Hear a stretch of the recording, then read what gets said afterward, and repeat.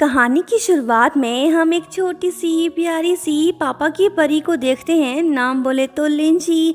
इस लड़की को पर्वत में चढ़ने का बड़ा शौक है। ये अपने दोस्तों के साथ अक्सर पहाड़ों में जाती है। एक दिन लिंची फिर से सबको पहाड़ों में ले गई और एक ऊंची सी चोटी पे चढ़ गई ताकि इन्हें बादलों के करीब ले जा सके। लेकिन बाकी दोस्तों को लगा कि ये बहुत खतरनाक है, इसलिए सब उसे नीचे खींचकर वहां से ले गए। वापस आते वक्त रास्ते में उनका सामना एक सांप से हो गया। जब सब डर रहे थे तो अचानक से वो सांप सीधा खड़ा हो गया और उसकी लंबाई लिंची से ज्यादा थी।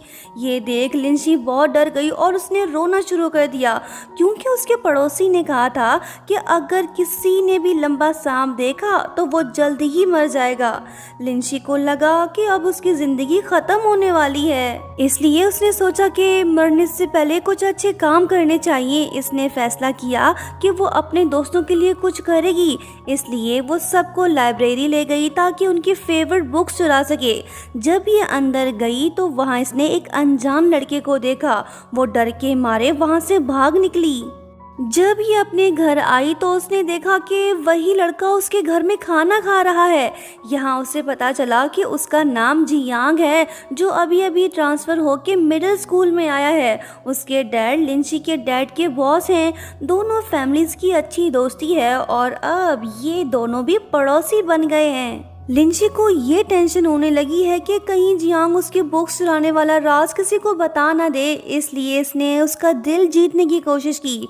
जब जियांग लिंची के स्कूल में आया तो सबको लगा कि ये काफ़ी शांत टाइप का लड़का है। उसकी पर्सनैलिटी लिंची से बिल्कुल अलग है। लिंची एक जिंदा दिल और शरारती लड़की है, जबकि जियांग थोड़ा सुलझा हुआ, चुपचाप रहने वाला और ब्लैक कलर को पसंद करने वाला लड़का है। लिंची ने बड़ी बहन होने का रोल निभाया और सब दोस्तों से कहा कि वो जियांग का ख्याल रखें और उसे वेलकम करें। फिर इसने जियांग को अपने सब दोस्तों से मिलवाया और उसे हर एक के बारे में भी बताया। दिन गुजरने के साथ साथ लिंची को जियांग में और भी ज़्यादा दिलचस्पी होने लगी, क्योंकि उसकी आंखों में एक अजीब सी उदासी थी। फिर एक दिन लिंची ने अपने मॉम डैड की बातें सुन ली। यहाँ इसे ये बात पता चली कि जियांग का एक बड़ा भाई भी था, जो बहुत इंटेलिजेंट होने के साथ मैथ जीनियस भी था, लेकिन बदकिस्मती से बचपन में ही उसकी मौत हो गई। इसी वजह से जियांग के मॉम डैड का रिलेशनशिप टूटने के करीब आ गया। दोनों डिवोर्स लेना चाहते थे, लेकिन जब जियांग पैदा हुआ तो उनका रिलेशनशिप टूटने से बच गया। फिर एक दिन स्कूल में टीचर ने टॉपिक दिया कि अपने नाम का मतलब लिखो। लिंची ने बताया कि उसका नाम लिंग ताओ इसलिए रखा गया क्योंकि उसकी मॉम को उस वक्त चेरीज खाना पसंद था। अब उसने अपना नाम लिंची रख लिया है। बाकी क्लासमेट्स के नाम भी किसी न किसी वजह से रखे गए थे, लेकिन सिर्फ जियांग को ही नहीं पता था कि उसका नाम क्यों रखा गया। लिंची को ये बात अच्छी नहीं लगी। उसने रात भर जाके डिक्शनरी में जियांग के नाम का मतलब ढूंढा और फिर इसने जियांग को उसके नाम का मतलब बताया। वो जियांग को सनसेट दिखाने भी ले गई, लेकिन अफसोस आसमान में बादल थे तो वो सनसेट नहीं देख पाए।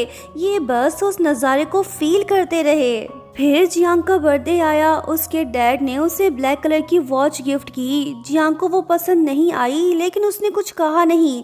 तभी दरवाज़ा बज उठा। जब उसने उदासी की हालत में दरवाज़ा खोला तो देखा कि लिंची और उसके दोस्त उसका बर्थडे सेलिब्रेट करने आए हैं। इन सब ने भी इसे ब्लैक कलर के गिफ्ट्स दिए, जबकि ब्लैक कलर जियांग को पसंद ही नहीं है। वो तो बस उसके भाई का फेवरेट कलर था। उसके मॉम डैड चाहते थे कि वो भी यही कलर पसंद करे। जियांग ने सबके साथ मिलकर अपना बर्थडे सेलिब्रेट किया। लिंची की वजह से इसकी पर्सनैलिटी में चेंजेस आने लगे। देखते ही देखते ये दोनों बेस्ट फ्रेंड्स बन गए। फिर इन्हें एक रैबिट मिला जिसका ये दोनों मिलकर ख्याल रखने लगे। सब कुछ ठीक चल रहा था, लेकिन एक दिन कुछ अनहोनी सी हो गई। विंटर वेकेशंस खत्म होते ही जियांग की मॉम उसे लेने आ गई ताकि वो उसे सिटी ले जा सके। जियांग ने किसी को गुड बाय तक नहीं बोला। लिंची को उसके जाने का बहुत दुख हो रहा है। जब जियांग की कार चली तो लिंची और बाकी दोस्तों ने काफी दूर तक कार का पीछा किया। वो किसी भी हाल में उसे छोड़ना नहीं चाहते, खासकर लिंची। वो जियांग से जुदा नहीं होना चाहती। इसी तरह से लिंची ने अपने एक बेस्ट फ्रेंड को खो दिया। ये जियांग को कभी नहीं भुला पाएगी। 5 साल पलक झपकते ही गुजर गए। बहुत कुछ बदल गया। लिंची अब हाई स्कूल की स्टूडेंट बन चुकी है, लेकिन अब वो अकेली रह गई है क्योंकि उसके बाकी दोस्त भी एक एक करके शहर चले गए हैं। एक दिन क्लास में बैठे बैठे लिंची ने सपना देखा कि जियांग वापस आ गया है। जब वो जागी तो पता चला कि उसकी मॉम स्कूल आई हुई है। ऑफिस के बाहर उसने सुना कि टीचर उसकी मॉम से कह रही है कि लिंची एक अच्छी स्टूडेंट है, लेकिन अब वो पढ़ाई में ध्यान नहीं दे रही। वो हर वक्त दोस्तों को लेटर लिखने में बिजी रहती है। जब मॉम बाहर आई तो उसने लिंची को नहीं डांटा, बल्कि गिल्ट से कहा कि तुम हमारी वजह से इस विलेज में अकेली रह गई हो। तो लिंची ने हंसते हुए कहा कि मैं तन्हा नहीं हूँ, मुझे यहाँ रहना पसंद है। घर जाके लिंची ने जियांग के लिखे हुए सभी लेटर्स को संभाल के रखा, जिसमें उसने वो सब लिखा था जो जियांग के जाने के बाद माउंटेन्स में हुआ था। अगली सुबह लिंची को शनिया का फोन आया। उसने घबराहट में कहा कि तुम्हें जियांग को वो लेटर्स नहीं भेजने चाहिए थे। जब लिंची ने पूछा क्यों, तो वो कुछ नहीं बोली और फ़ोन काट दिया। ये बात जान के लिंची परेशान हो गई। जवाब जानने के लिए ये सीधा सिटी चली आई ताकि पता लगा सके कि आखिर हुआ क्या है। जब उसने स्कूल में एंट्री ली तो सभी स्टूडेंट्स उसे अजीब नज़रों से देखने लगे, बोलने लगे कि कहीं ये वो लड़की तो नहीं जो जियांग को लेटर्स लिखती है। तभी जियांग भी वहां आ गया। दोनों 5 साल बाद मिल रहे हैं। दोनों ने कुछ देर एक दूसरे को देखा। लिंची से नज़रें नहीं मिला पा रही, लेकिन जब स्टूडेंट्स ने जियांग से पूछा ये लड़की कौन है, क्या तुम इसे जानते हो, तो उसने बिना सोचे समझे ही कह दिया कि मैं इस लड़की को नहीं जानता। ये बात सुन के लिंची का दिल टूट गया। जिसे ये अपना बेस्ट फ्रेंड समझती रही, जिसे 5 साल से लेटर्स लिखती रही, उसने तो इसे पहचानने से भी इनकार कर दिया। इस बात ने लिंची के दिल को गहरी चोट दी है। वो गुस्से में वहां से भाग गई। लिंची की हालत ठीक नहीं, इसकी सांस फूलने लगी। जब वो रेलिंग पर बैठी तो वहां मौजूद एक आंटी को लगा कि वो कुछ गलत करने वाली है, तो उसने उसे नीचे उतारा और अपने घर ले गई। जब जियांग इसे ढूंढते हुए वहां पहुंचा तो लिंची जा चुकी थी। अब ये पछता रहा है। लगता नहीं कि लिंची अब इसे इतनी आसानी से माफ़ करेगी। फिर लिंची ने लू चैन से मिलने का फैसला किया। जब इसने लू चैन से जियांग के बारे में पूछा तो वो बताने लगा कि जियांग स्कूल में किसी से बात नहीं करता। तुम्हारा लिखा एक लेटर किसी क्लासमेट ने सबके सामने पढ़ दिया। इसी वजह से शीनी ने तुम्हें रोका था कि तुम जियांग को लेटर्स मत लिखो। तभी जियांग भी वहीं पे आ गया। इसके साथ एक लड़की भी है जिसका नाम शिंगयू है। लू चैन लिंची को बताने लगा कि वो स्कूल की सबसे सुंदर लड़की है। उसका नाम अक्सर जियांग के साथ जोड़ा जाता है। दोनों क्लास के टॉपर्स हैं। ये बात जान के लिंची और भी ज़्यादा दुखी हो गई। लिंची के मॉम डैड भी सिटी पहुंच गए। सब इन्हें सजेस्ट करते हैं कि लिंची को भी सिटी स्कूल में ट्रांसफ़र हो जाना चाहिए ताकि वो अकेली फील ना करे। नेक्स्ट डे सभी दोस्त लिंची को सीक्रेट जगह घुमाने ले जाते हैं। काफ़ी इंजॉय करने के बाद जब वो घर वापस जा रही होती है तो तभी जियांग लिंची से आके मिलता है। लड़की गुस्सा होकर पूछने लगी कि तुमने सबके सामने क्यों कहा कि तुम मुझे नहीं जानते। लड़का बोला कि उस वक़्त मुझे यही ठीक लगा। ये बात सुन के लिंची और भी ज़्यादा भड़क गई। कहने लगी कि गाइस, काले बिल्ले ने रास्ता काट लिया है, चलो दूसरे रास्ते से चलते हैं।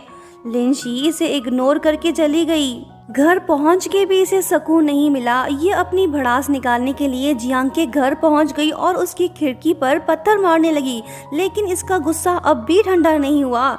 जैसे ही ये वापस जाने के लिए पलटी तो देखा कि जियांग इसके पीछे खामोशी से खड़ा था। लिंची ने अपने मूड को कंट्रोल किया और स्ट्रॉन्ग बनते हुए कहने लगी कि सुन लंबू, मैं यहाँ इसलिए आई ताकि कुछ बातें क्लियर कर सकूं। मैंने जो तुम्हें लेटर्स भेजे वो लव लेटर्स नहीं थे। उसमें कहाँ लिखा था कि मैं तुम्हें पसंद करती हूँ। मैं तुम्हें लेटर्स इसलिए भेजती थी ताकि पिछले 5 सालों में जो कुछ भी हुआ वो मैं तुमसे शेयर कर सकूँ। सबसे ज़रूरी बात, वो छोटा सा रैबिट जिसे हम दोनों ने मिलकर पाला था वो मर चुका है। मैं बस तुझे ये सब बताने के लिए आई थी। लू चैन, यू चैंग और बाकी सब मेरे फ्रेंड्स हैं, तुम नहीं। तुमने मेरे लेटर्स को सबके साथ शेयर किया, ये एक घटिया हरकत थी। इसके लिए मैं तुझे कभी माफ़ नहीं करूँगी। अब से हम ऐसे बिहेव करेंगे जैसे हम कभी मिले ही नहीं थे। जियांग ने इसकी सारी बातें खामोशी से सुनी। इसने बस इतना कहा कि ठीक है, मैं समझ गया, अब तुम जा सकती हो। लिंची गुस्सा हो के चली गई। लगता है कि जियांग जानबूझ के लड़की को इग्नोर कर रहा है। इसकी मॉम विंडो से सब कुछ देख रही थी, वो हर पल इस पे नजर रखती है। लिंची को सिटी मिडिल स्कूल में एडमिशन मिल गई है। उसके मॉम डैड अब विलेज छोड़ के प्रोविजनल कैपिटल में शिफ्ट हो गए हैं। हाई स्कूल सेकेंड ईयर में लिंची को साइंस क्लास मिली है। इंटरेस्टिंग बात यह है कि जियांग भी उसी क्लास में है। वो मैथमेटिक्स ओलंपियाड नेशनल टीम का हिस्सा बन गया है। जियांग के डैड उसके इस सक्सेस से काफ़ी खुश होते हैं और उससे कहते हैं कि लिंची और उसकी फैमिली यहाँ शिफ्ट हो गई है, तुम्हारी मॉम यहाँ पे नहीं है, चलो उनके लिए पार्टी अरेंज करते हैं, इसी बहाने पुराने दोस्तों से भी मिल लेंगे। सब डिनर पार्टी में पहुंच गए। लिंची को देख लड़का मन ही मन मुस्कुराने लगा। डिनर करते वक्त उसने लिंची का ख्याल रखा, लेकिन लड़की अब भी उससे बात करने को तैयार ही नहीं। नेक्स्ट डे लू चैन और दूसरे दोस्त लिंची को घुमाने ले गए। लिंची थोड़ा अजीब फील कर रही है। जो लड़की कभी फेयरलेस हुआ करती थी अब वो घबराई हुई है। इस नए शहर में वो आउट ऑफ प्लेस फील कर रही है। नेक्स्ट डे लिंची स्कूल पहुंच गई। टीचर ने उसका इंट्रोडक्शन करवाया और फिर इन्होंने सभी स्टूडेंट्स को इंग्लिश कन्वर्सेशन एक्सरसाइज का टास्क दिया।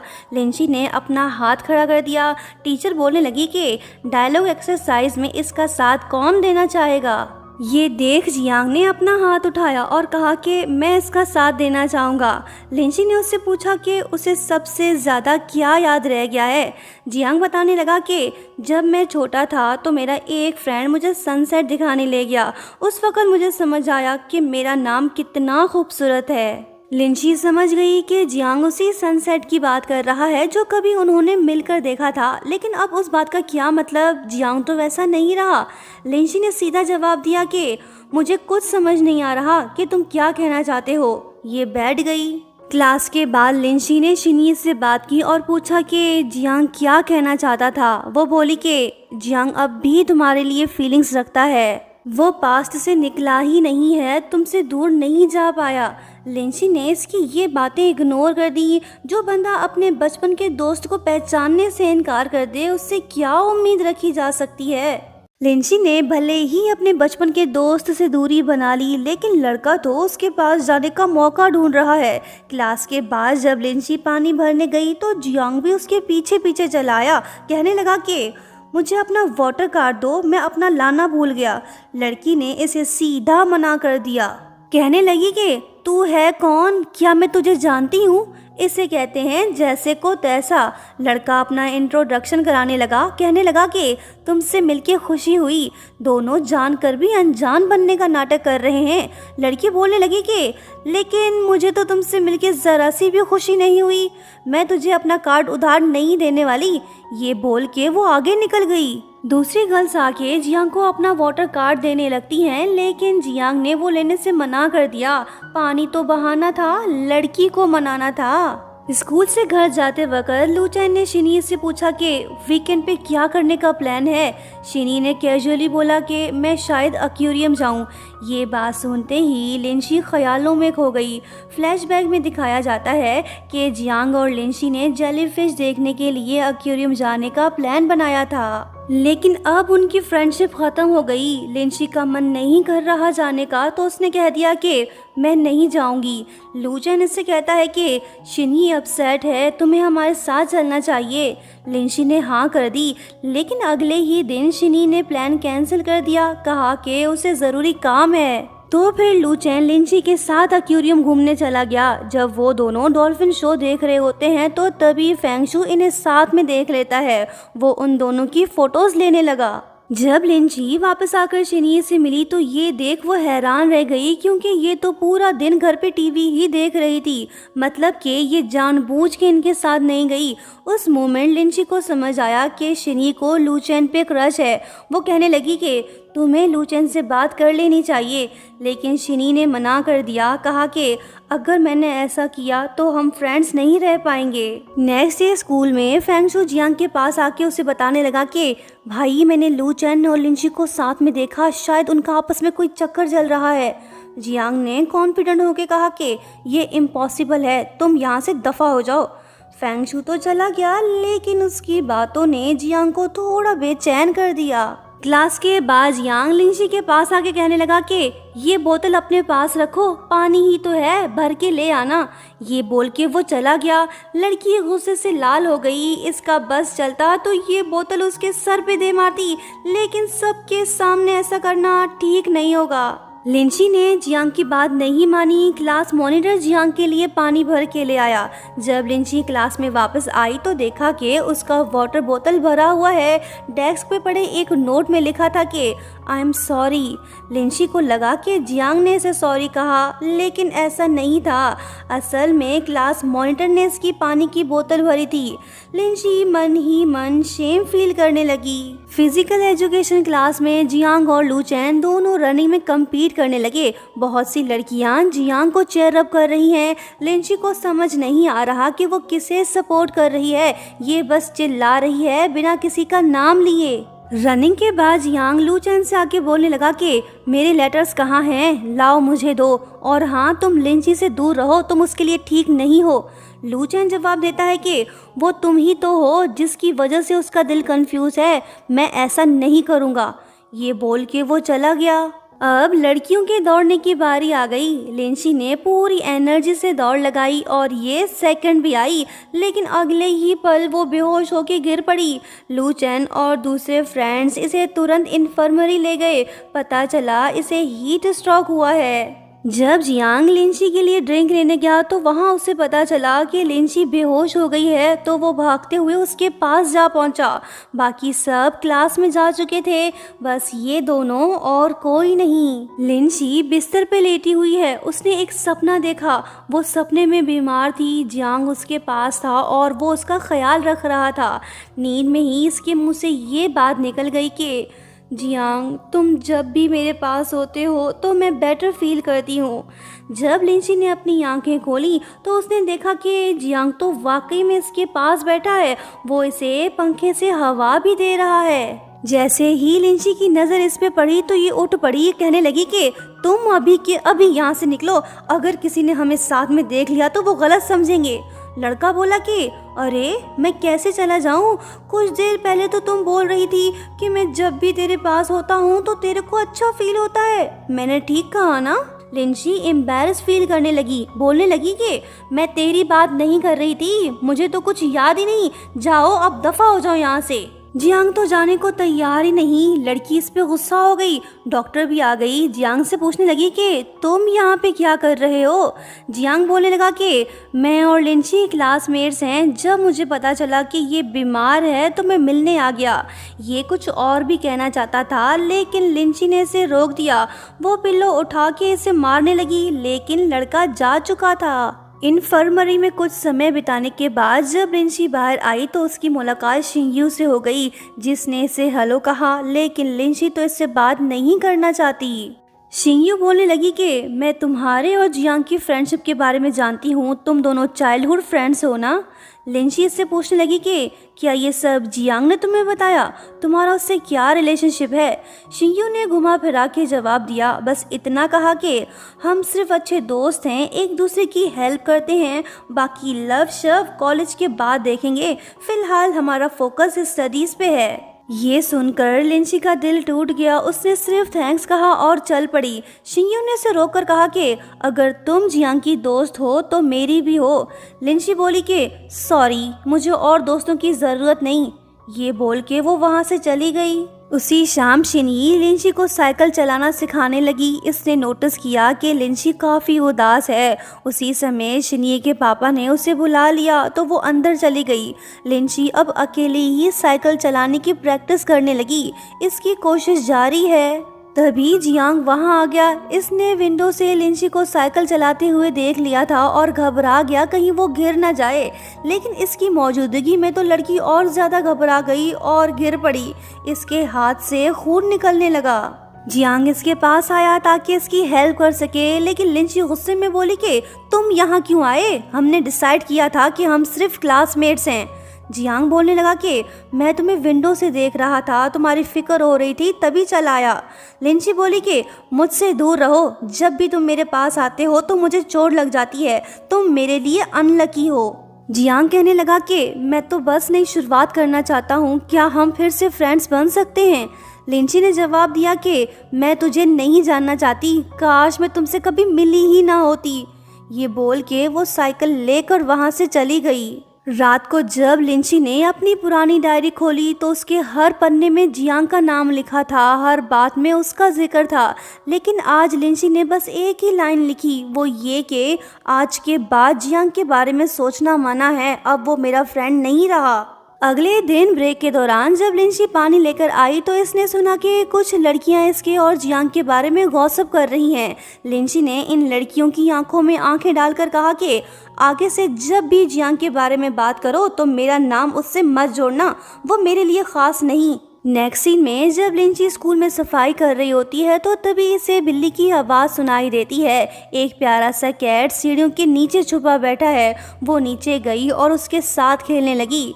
जियांग भी इसके पीछे आ गया और कहने लगा कि मैं इसे तब से ले आया जब तुम्हारा ट्रांसफ़र भी नहीं हुआ था।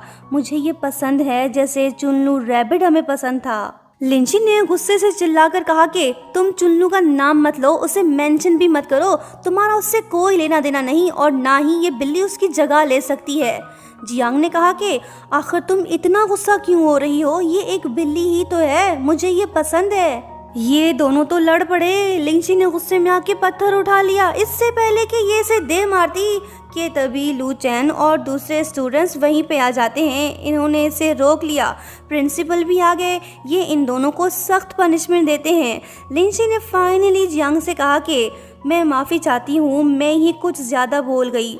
जियांग ने भी इससे माफ़ी मांग ली। ये मामला यहीं पे निपट गया। नेक्स्ट सीन में शिनी लिंची से कहने लगी कि तुम जियांग से इसलिए नाराज़ हो क्योंकि तुम खुद को रैबिट और शिंग्यू को कैट समझती हो ना। एक ही वक्त में दोनों पसंद नहीं किए जा सकते। लिंची ने गुस्से में चिल्लाकर इसकी बात एक्सेप्ट करने से इनकार कर दिया, लेकिन इसकी आंखों में दर्द साफ दिखाई दे रहा है। दोनों लड़कियों में बहस शुरू हो गई। लिंची बोलने लगती है कि उस नामुराद लड़के का नाम मेरे सामने मत लो, अब वो मेरे लिए अजनबी है, मेरा उससे कोई लेना देना नहीं। नेक्स्ट सीन में हम देखते हैं कि ट्रेनिंग कैंप जाने से पहले जियांग ने सोचा था कि वो लिंची को अपनी बिल्ली का ख्याल रखने का बोलेगा, लेकिन वो उससे ये बात नहीं कह पाया और चला गया। बाद में हम देखते हैं कि लिंची उस बिल्ली के लिए टेस्टी खाना लेकर आई। ये उसका केयर करने लगी, बोलने लगी कि तुम मेरे लिए भी इम्पोर्टेंट हो। लिंची भले ही जियांग से नफरत करती है, लेकिन ये अपने बचपन को नहीं भूली। फिर एक दिन अचानक से बारिश शुरू हो गई। सब स्टूडेंट्स भागकर बस में चढ़ गए। तभी लिंची को ख्याल आया कि इसे बिल्ली को किसी सेफ जगह पर रखना चाहिए ताकि वो बारिश से बच सके। वो बारिश में भीगते हुए वापस कैंपस पहुंच गई। बिल्ली एक छोटी सी जगह में छुपी हुई थी। लिंची बिना सोचे समझे उसके अंदर घुस गई ताकि उसे बचा सके। ये अंदर चली तो गई, लेकिन इसका बाहर निकलना मुश्किल है। तभी जियांग छाता लेकर आया। लिंची ने इससे कहा कि अगर तुम मेरी हेल्प कर सकते हो तो करो। जियांग कहने लगा कि हम दोनों तो एक दूसरे को नहीं जानते ना, जब हम सिर्फ क्लासमेट्स हैं तो मैं अपनी जान खतरे में डालकर तुम्हें क्यों बचाऊं? या तो सब कुछ एक्सेप्ट करो या फिर यहीं पे पड़ी रहो। लिंची ने मजबूरी में इसकी बात मान ली। कहने लगी कि तुम हैंडसम, लंबू और इंटेलिजेंट होने के साथ साथ अच्छे इंसान भी हो। अब मुझे बाहर निकालो मिस्टर अजनबी। जियांग मान गया। इसने इसे बाहर निकाला, लेकिन लिंची ने तो इसकी तरफ मुड़कर देखा तक नहीं और वहां से जाने लगी। तो जियांग बोलने लगा कि अब मेरी भी हेल्प करो, मुझे बाहर निकालो। वो बोली कि मिस्टर लंबू, ये तुम्हारा कैट है ना, अब तुम खुद ही बाहर निकलो, मैं तो चली, बाय। जियांग बेचारा अकेला रह गया। ये बड़ी मुश्किल से बाहर निकला। दूर खड़ी लिंची उसे देख रही है। जब इसने देखा कि जियांग बाहर आ गया तो वो भी अपने घर चली गई। लिंची अपनी सहेली के घर पहुंच गई। ये पूरी तरह से भीगी हुई है। शिनी इस पे गुस्सा होकर बोलने लगी कि तुम क्यों अपने आप को जियांग के लिए इतना जलील कर रही हो? आखिर चाहता क्या है? बात को क्लियर करो। अगर वो तुमसे फ्रेंडशिप चाहता है तो ठीक, अगर नहीं तो तुम्हें उससे दूर हो जाना चाहिए। लिंची बोली कि मैं तो वहाँ सिर्फ उस कैट के लिए गई थी क्योंकि वो छोटा सा कैट काफी क्यूट है, इसका जियांग से कोई लेना देना नहीं। शिनी ने इसकी बात पे यकीन नहीं किया क्योंकि ये जानती है कि इसके मन में क्या चल रहा है। अगले दिन सुबह सवेरे लिंची और उसके बाकी फ्रेंड्स स्कूल बस में बैठकर निकल पड़े। जब शिनी अपनी साइकिल पर बैठकर जा रही होती है तो तभी उसकी नज़र जियांग पे पड़ती है। वो उससे पूछने लगी कि क्या तुम शिंग्यू की वजह से अपने बेस्ट फ्रेंड को इग्नोर कर रहे हो? जियांग ने फौरन इनकार किया और कहा कि नहीं तो ऐसा कैसे हो सकता है। शिनी की बातों ने जियांग को परेशान कर दिया। ये सोचने लगा कि क्या लिंची भी मेरे बारे में ये सोचती है। फिर शिनी ने अपनी साइकिल इसे दे दी और कहा कि जाओ उसका पीछा करो और सब कुछ क्लियर करो। जियांग बिना टाइम वेस्ट किए ही बस का पीछा करने लगा और लिंची का नाम पुकारने लगा। लिंची ने जब देखा कि जियांग साइकिल पे इसका पीछा कर रहा है तो उसने उसकी सेफ्टी के लिए खुद ही बस से नीचे उतर जाना बेहतर समझा और उससे पूछा कि तुम चाहते क्या हो, क्यों मेरे पीछे आए? जियांग कुछ देर चुप रहा और फिर बोला कि सॉरी, मुझे माफ कर दो। ये बात सुन के लिंची का दिल पिघल गया। फिर दोनों ने साथ में अगली बस पकड़ी। लिंची इससे बोलने लगी कि बात करना चाहते हो तो करो, बताओ तुमने इतने साल तक मुझसे कांटेक्ट क्यों नहीं किया, मेरे एक भी लेटर का जवाब क्यों नहीं दिया? जियांग बोलने लगा कि जब मैं वापस प्रोविजनल कैपिटल आया तो मेरी मॉम ने मुझे सीधा मैथ सेंटर भेज दिया। उन्होंने फ़ोन लाइन भी कटवा दी ताकि मैं किसी से कांटेक्ट ना कर सकूं। वो बस बहाने बनाती रही और मैं उनकी बातों पे यकीन करता रहा। इसकी ये बातें सुन के लिंची की आंखों में आंसू आ गए। रोते हुए बोलने लगी कि तुमने मुझे ये सब पहले क्यों नहीं बताया? मैं तो बिला वजह तुम्हें ब्लेम करती रही। बस एक बार फ़ोन करके अपनी मजबूरी बता देते तो मैं तुमसे कभी नाराज़ ही ना होती। ये बात सुनते ही जियांग दुखी हो गया। बेचारा काफ़ी मजबूर था। फ्लैशबैक में दिखाया जाता है कि मॉम के झूठे वादों से तंग आकर एक दिन जियांग अपने घर से अकेले ही निकल पड़ा ताकि लिंची से मिल सके। वो बस विलेज पहुंचने ही वाला था कि तभी मॉम ने बीच रास्ते से पकड़ लिया, लेकिन जियांग रुका नहीं, आगे बढ़ता रहा। ये देख मॉम ने उसे धमकी दी, अगर तुमने एक कदम भी आगे बढ़ाया तो मैं तुम्हारे सभी दोस्तों को तुम्हारी जिंदगी से गायब कर दूंगी। मॉम काफ़ी सीरियस थी। तब जियांग ने सोचा कि मॉम सच में इसके दोस्तों के साथ कुछ गलत ना कर दे, तो वो रुक गया, आगे नहीं बढ़ पाया और दुखी दिल के साथ वापस लौट गया। प्रेजेंट में हम देखते हैं कि लिंची की मिसअंडरस्टैंडिंग खत्म हो गई।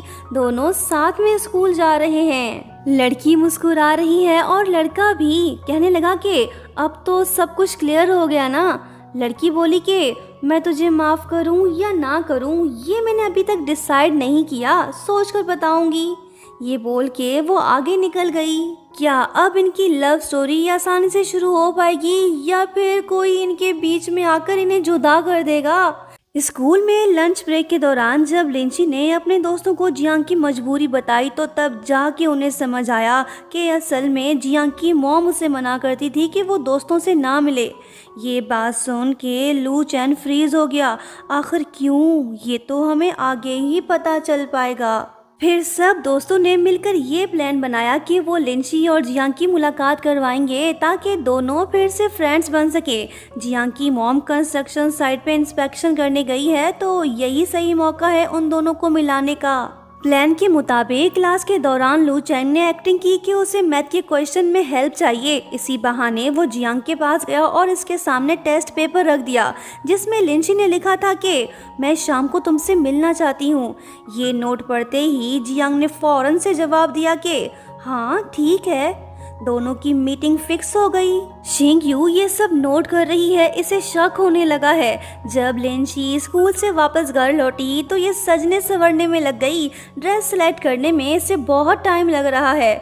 वहीं दूसरी तरफ जियांग का दिल भी मचल रहा है। ये अपने बचपन के दोस्त से मिलने के लिए काफी बेताब है। लड़का आईने के सामने खड़ा है ताकि देख सके कि इसका थोपड़ा सही है या नहीं। ये तो लड़की से भी ज्यादा टाइम लगा रहा है। वहीं दूसरी तरफ हमारी प्यारी चेरी ने आखिरकार ड्रेस सेलेक्ट कर ही लिया। लड़की की खुशी तो देखो, मानो जैसे डेट पे जा रही हो। थोड़ी सी कंफ्यूज्ड, थोड़ी सी शर्मीली, कुछ ऐसी है ये लड़की। ये तैयार होके अपने घर से निकल पड़ी, लेकिन बीच रास्ते में शिनी ने इसे देख लिया। बोलने लगी कि ओ लड़की, नाचते गाते हंसते मुस्कुराते हुए किधर चली, और ये तुम्हारे हाथ में क्या है? चेरी ने कहा कि कुछ नहीं, बस मेरी डायरी है। सहेली समझ गई, बोलने लगी कि ओ अच्छा, तुम मुझसे मिलने जा रही हो, इतनी जल्दी तुमने सरेंडर कर दिया। मुझे डर है कि कहीं तुम अपना अपर हैंड न खो दो। वो बोलने लगी कि मैं तो बस उससे मिलना चाहती हूँ ताकि जान सकूँ कि वो मेरे बारे में क्या सोचता है। नहीं नहीं, हम सबके बारे में। सहेली बोलने लगी कि ओ अच्छा, अब तुम उसके बारे में सोचने भी लगी हो, बात यहाँ तक पहुँच चुकी है। ये बात सुन के चेरी आंखें फाड़ के इसे देखने लगी, कहने लगी कि टाइम हो गया, मैं चलती हूँ, बाय। कुछ कदम चलने के बाद ये वापस लौट आई। शनीज से पूछने लगी कि ज़रा बता तो सही, मैं कैसी लग रही हूँ। शनीज की ड्रेसिंग में थोड़े से चेंजेस करने लगी, जिसके बाद वो अपने रास्ते चल पड़ी। वहीं दूसरी तरफ जब जियांग लिंची से मिलने के लिए अपने घर से बाहर निकला तो मुसीबत इसके सामने खड़ी थी। मॉम ने इसे पकड़ लिया। बेचारे के चेहरे से हंसी गायब और दिल में गम के बादल छा गए। मॉम समझ गई कि उसका बेटा कहाँ जा रहा है, सो इन्होंने धमकी दी कि अगर तुम गए तो मैं लिंची के मॉम डैड को कंस्ट्रक्शन साइट पे भेज दूंगी, ताकि उन्हें पता चले कि उनका फैमिली स्टाइल अच्छा नहीं है, उन्हें अपनी बेटी को संभालना चाहिए। ये बात सुनते ही जियांग रुक पड़ा। अगर ये लिंची से मिलने गया तो मॉम इसे उससे दूर कर देगी। जियांग ने अपनी मॉम से काफ़ी बहस की, लेकिन फिर भी कुछ हासिल नहीं हुआ। बेचारा चुपचाप घर वापस लौट गया। इसने फिर से अपनी फीलिंग्स की कुर्बानी दी, ये सोच के कि कहीं ये लिंची को हमेशा के लिए खो ना दे। जियांग के डैड ने अपनी बीवी को गुस्से में देखा और कहा कि तुम हर वक्त अपने बेटे को कैद करके क्यों रखती हो। बीवी तो उल्टा इसे ही दोष देने लगी, कहने लगी कि अगर तुम विलेज न जाते तो ऐसा कभी नहीं होता। इन दोनों के बीच तो बहस शुरू हो गई। जियांग की मॉम लिंची के पेरेंट्स को ब्लेम करने लगी। इनकी सारी बातें लिनयान के डैड ने सुन ली। फिर उन्होंने फौरन से लिंची के डैड को फ़ोन करके सब कुछ बता दिया। जियांग के मॉम डैड के बीच झगड़ा काफ़ी बढ़ चुका है। दोनों एक दूसरे पे चिल्ला रहे हैं। अड़ोस पड़ोस वाले सभी लोग इनके घर के बाहर जमा हो गए। माहौल को टेंस देख लिंची के पेरेंट्स जियांग के घर आ पहुंचे ताकि उन्हें समझा सकें। वहीं दूसरी तरफ लिंची जियांग का बेसब्री से इंतज़ार कर रही है। कुछ देर बाद लू चैन इसके पास आया। इसने इसे कुछ बताया नहीं, बस वापस चलने को बोला। वहीं दूसरी तरफ लिंची के मॉम डैड को अपने घर में देख जियांग ने सारा ब्लेम खुद पे ले लिया। कहने लगा कि मैंने ही लिंची से मिलने का प्लान बनाया था, उसकी कोई गलती नहीं। मैं ट्रेनिंग कैंप ज्वाइन करने को तैयार हूँ, जैसा मेरी मॉम चाहती है मैं वैसा ही करूँगा, मुझे जाना होगा। वहीं दूसरी तरफ जब लिंची वापस जा रही होती है तो तभी ये अपने मॉम डैड को जियांग के घर से निकलते हुए देख लेती है। ये समझ गई कि ज़रूर कुछ हुआ है। मॉम डैड को दुखी देख लिंची को लगने लगा है कि इसने उनके लिए मुसीबत खड़ी कर दी है। इस बात पे ये काफ़ी गिल्ट फील करने लगी, लेकिन इसके मॉम डैड ने इसे तसल्ली दी और कहा कि बेटा हम तुमसे नाराज़ नहीं हैं, तुम परेशान मत हो, ऐसी कोई बात नहीं, हमें तुम पे यकीन है, तुमने कुछ गलत नहीं किया। मॉम डैड की बातें सुन के लिंची की आंखों में आंसू आ गए। इसे लग रहा है कि ज़रूर जियांग की मॉम ने इसके पेरेंट्स को बुरा भला कहा होगा, लेकिन डैड इसे बोलते हैं कि ऐसा कुछ नहीं हुआ। तभी जियांग की कार वहीं से गुजरने लगी। वो दुखी दिल के साथ लिंची को देखते हुए वहाँ से चला गया। लिंची भी सैड हो गई। मॉम डैड से कहने लगी कि हम बचपन के दोस्त हैं, इस हकीकत को बदलना मुश्किल है। मॉम डैड भी इसकी बात से सहमत तो हैं, लेकिन ये मजबूर हैं, ये चाहकर भी अपनी बेटी का साथ नहीं दे पाएंगे। नेक्स्ट मॉर्निंग जब लिंची स्कूल पहुंची तो अपने दोस्तों से कहने लगी कि जियांग की मॉम तो दूसरे शहर में थी, तो फिर उन्हें कैसे पता चला कि मैं और जियांग मिलने वाले हैं। लगता है कि किसी ने चुगली की होगी। इसकी ये बात सुन के फ्रेंड्स एक दूसरे पर शक करने लगे, लेकिन हमें तो शक लू चैन पे है। क्लास में पहुंचते ही लिंसी जियांग को मिस करने लगी। वो यहाँ पे नहीं है, एब्सेंट है। पता नहीं और कितने दिनों तक वो स्कूल ना आ पाए। बाद में लू चैन लिंसी को बताने लगा कि वो टेस्ट पेपर गायब है जिसमें मीटिंग के बारे में लिखा था। ये बात जानते ही इनका शक सीधा फेंगशू पे गया। लिंसी उससे पूछताछ करना चाहती है ताकि सच जान सके, लेकिन इसने गड़बड़ कर दी। फेंगशु को गलती से किक दे मारी। वो गुस्से से लाल होकर सीधा टीचर के पास जा पहुंचा और उन्हें बताने लगा कि मैम, लिंसी और लूचेन डेट कर रहे हैं। मैंने खुद अपनी आंखों से इन्हें एक्वेरियम में देखा था। ये रही फोटोज। जब टीचर लिंसी और लूचेन से इस बारे में पूछने लगी, वो तो इस बात को एक्सेप्ट करने से इनकार कर देते हैं। फिर टीचर दोनों की मॉम्स को बुलाती हैं और उन्हें सब कुछ बताती हैं, लेकिन ये दोनों तो अपने बच्चों की साइड लेने लगी। बोलने लगे कि ये दोनों तो बचपन से ही साथ में पले बड़े हैं, भाई बहन जैसे हैं, इनके बीच ऐसा कुछ भी नहीं। टीचर ने इनकी बातों पे भरोसा कर लिया। ये मामला यहीं पे ख़त्म होना चाहिए था, लेकिन अफसोस हुआ नहीं। फिर लूचेन की मॉम क्लास में आई ताकि रूमर्स को क्लियर कर सकें। जब इन्होंने लिंसी को लिंग ताओ कहकर पुकारा तो उसका राज फाश हो गया। अब तो हर किसी को पता चल गया है कि लिंसी ही वो लड़की है जो जियांग को लेटर्स लिखा करती थी। लिंसी बेचारी एम्बैरस फील करने लगी। स्कूल में हर तरफ इसके बारे में रूमर्स फैलने लगे। लड़कियां इसके बारे में गॉसिप करने लगीं। मामला तो टेंस हो गया। क्या जियांग वापस आके लिंसी को प्रोटेक्ट कर पाएगा? लिंसी को रूमर से कोई फर्क नहीं पड़ता। इसने अपने कानों में एयरफोन्स लगा लिए ताकि दूसरों की बातें ना सुन सके। ये बस म्यूजिक को एंजॉय कर रही है। चेरी तो खामोश है, लेकिन इसके फ्रेंड्स नहीं। लू चैन जब भी किसी को लिंसी के अगेंस्ट गॉसिप करते हुए देखता है तो वो गुस्से में आके उनसे फाइट करने लग जाता है। क्लास मॉनिटर भी लिंसी का पहले की तरह ख्याल रख रहा है। अब लिंसी का पढ़ाई में बिल्कुल भी मन नहीं लग रहा। जियांग के बगैर इसकी जिंदगी अधूरी सी है। काफ़ी सोचने के बाद लिंसी डिसाइड करती है कि वो ट्रेनिंग सेंटर जाएगी ताकि जियांग से मिल सके। स्कूल ऑफ होते ही लिंसी अपने दोस्तों से रिक्वेस्ट करने लगी कि वो इसके साथ चले, लेकिन सबने इसे मना कर दिया। लिंसी तो ठहरी बिग बॉस, कोई इसकी बात ना माने ऐसा तो पॉसिबल ही नहीं। इसने ज़बरदस्ती 2 फ्रेंड्स को मना लिया। ये लू चैन और लिलियान को साथ लेकर निकल पड़ी। उधर दूसरी तरफ जब जियांग को ये बात पता चली कि स्कूल में लिंसी के बारे में रूमर्स स्प्रेड हो रहे हैं तो ये काफ़ी परेशान हो जाता है। इसे लड़की की फिक्र हो रही है। ये फौरन ही गेट की तरफ भागा ताकि यहाँ से बाहर निकल सके। लिंसी और लू चैन बिना परमिशन लिए सेंटर के अंदर घुस चुके हैं ताकि जियांग से मिल सके। इनकी फूटी किस्मत, गार्ड्स ने इन्हें देख लिया। ये दोनों तो पकड़े गए। लू चैन भागा ताकि गार्ड्स को चकमा दे सके। लिंसी दुखी होके वहीं पे बैठ गई। जियांग भी बाहर आ पहुंचा। टीचर हान लिंसी को सेंटर से बाहर ले जा रहे हैं। जैसे ही लिंसी की नज़र जियांग पे पड़ती है तो वो ऊंची आवाज़ में कहने लगती है कि मैं यहाँ अपने प्यारे रैबिट को ढूंढने आई हूँ। वो रैबिट मेरे लिए इंतहाई इम्पोर्टेंट है। अगर कोई रैबिट को देखे तो उससे ये ज़रूर बोले कि वो मेरे लिए परेशान ना हो, मैं सब कुछ संभाल लूँगी। रैबिट तो बहाना है। असल में ये जियांग से कहना चाह रही है कि वो इसकी फिक्र ना करे। जियांग इसकी बात समझ गया। लिंसी इससे बोलने लगी कि क्लासमेट, अगर तुम्हें वो बनी मिले तो मेरा मैसेज उसे ज़रूर देना। टीचर जियांग से पूछने लगा कि तुम यहाँ क्या कर रहे हो? जियांग पास आके कहने लगा कि मैं तो अपने बिल्ली को ढूंढ रहा हूँ। दोनों कोड वर्ड में बात कर रहे हैं। रैबिट जियांग है तो कैट लिंसी। जियांग कहने लगा कि मेरा कैट बहुत ही प्यारा सा है। उसकी नाक चेरी जैसी रेड है। वो मेरे लिए काफ़ी इम्पोर्टेंट है।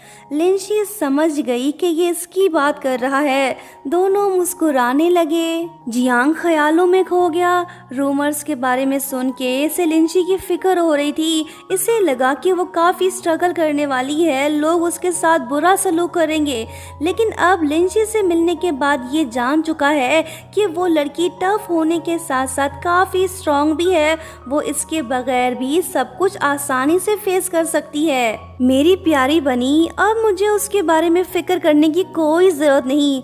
दोनों पास होकर भी दूर हैं। हाय कितने मजबूर हैं। जाने से पहले लिंसी जियांग से बोलती है कि क्लासमेट अपना ख्याल रखना।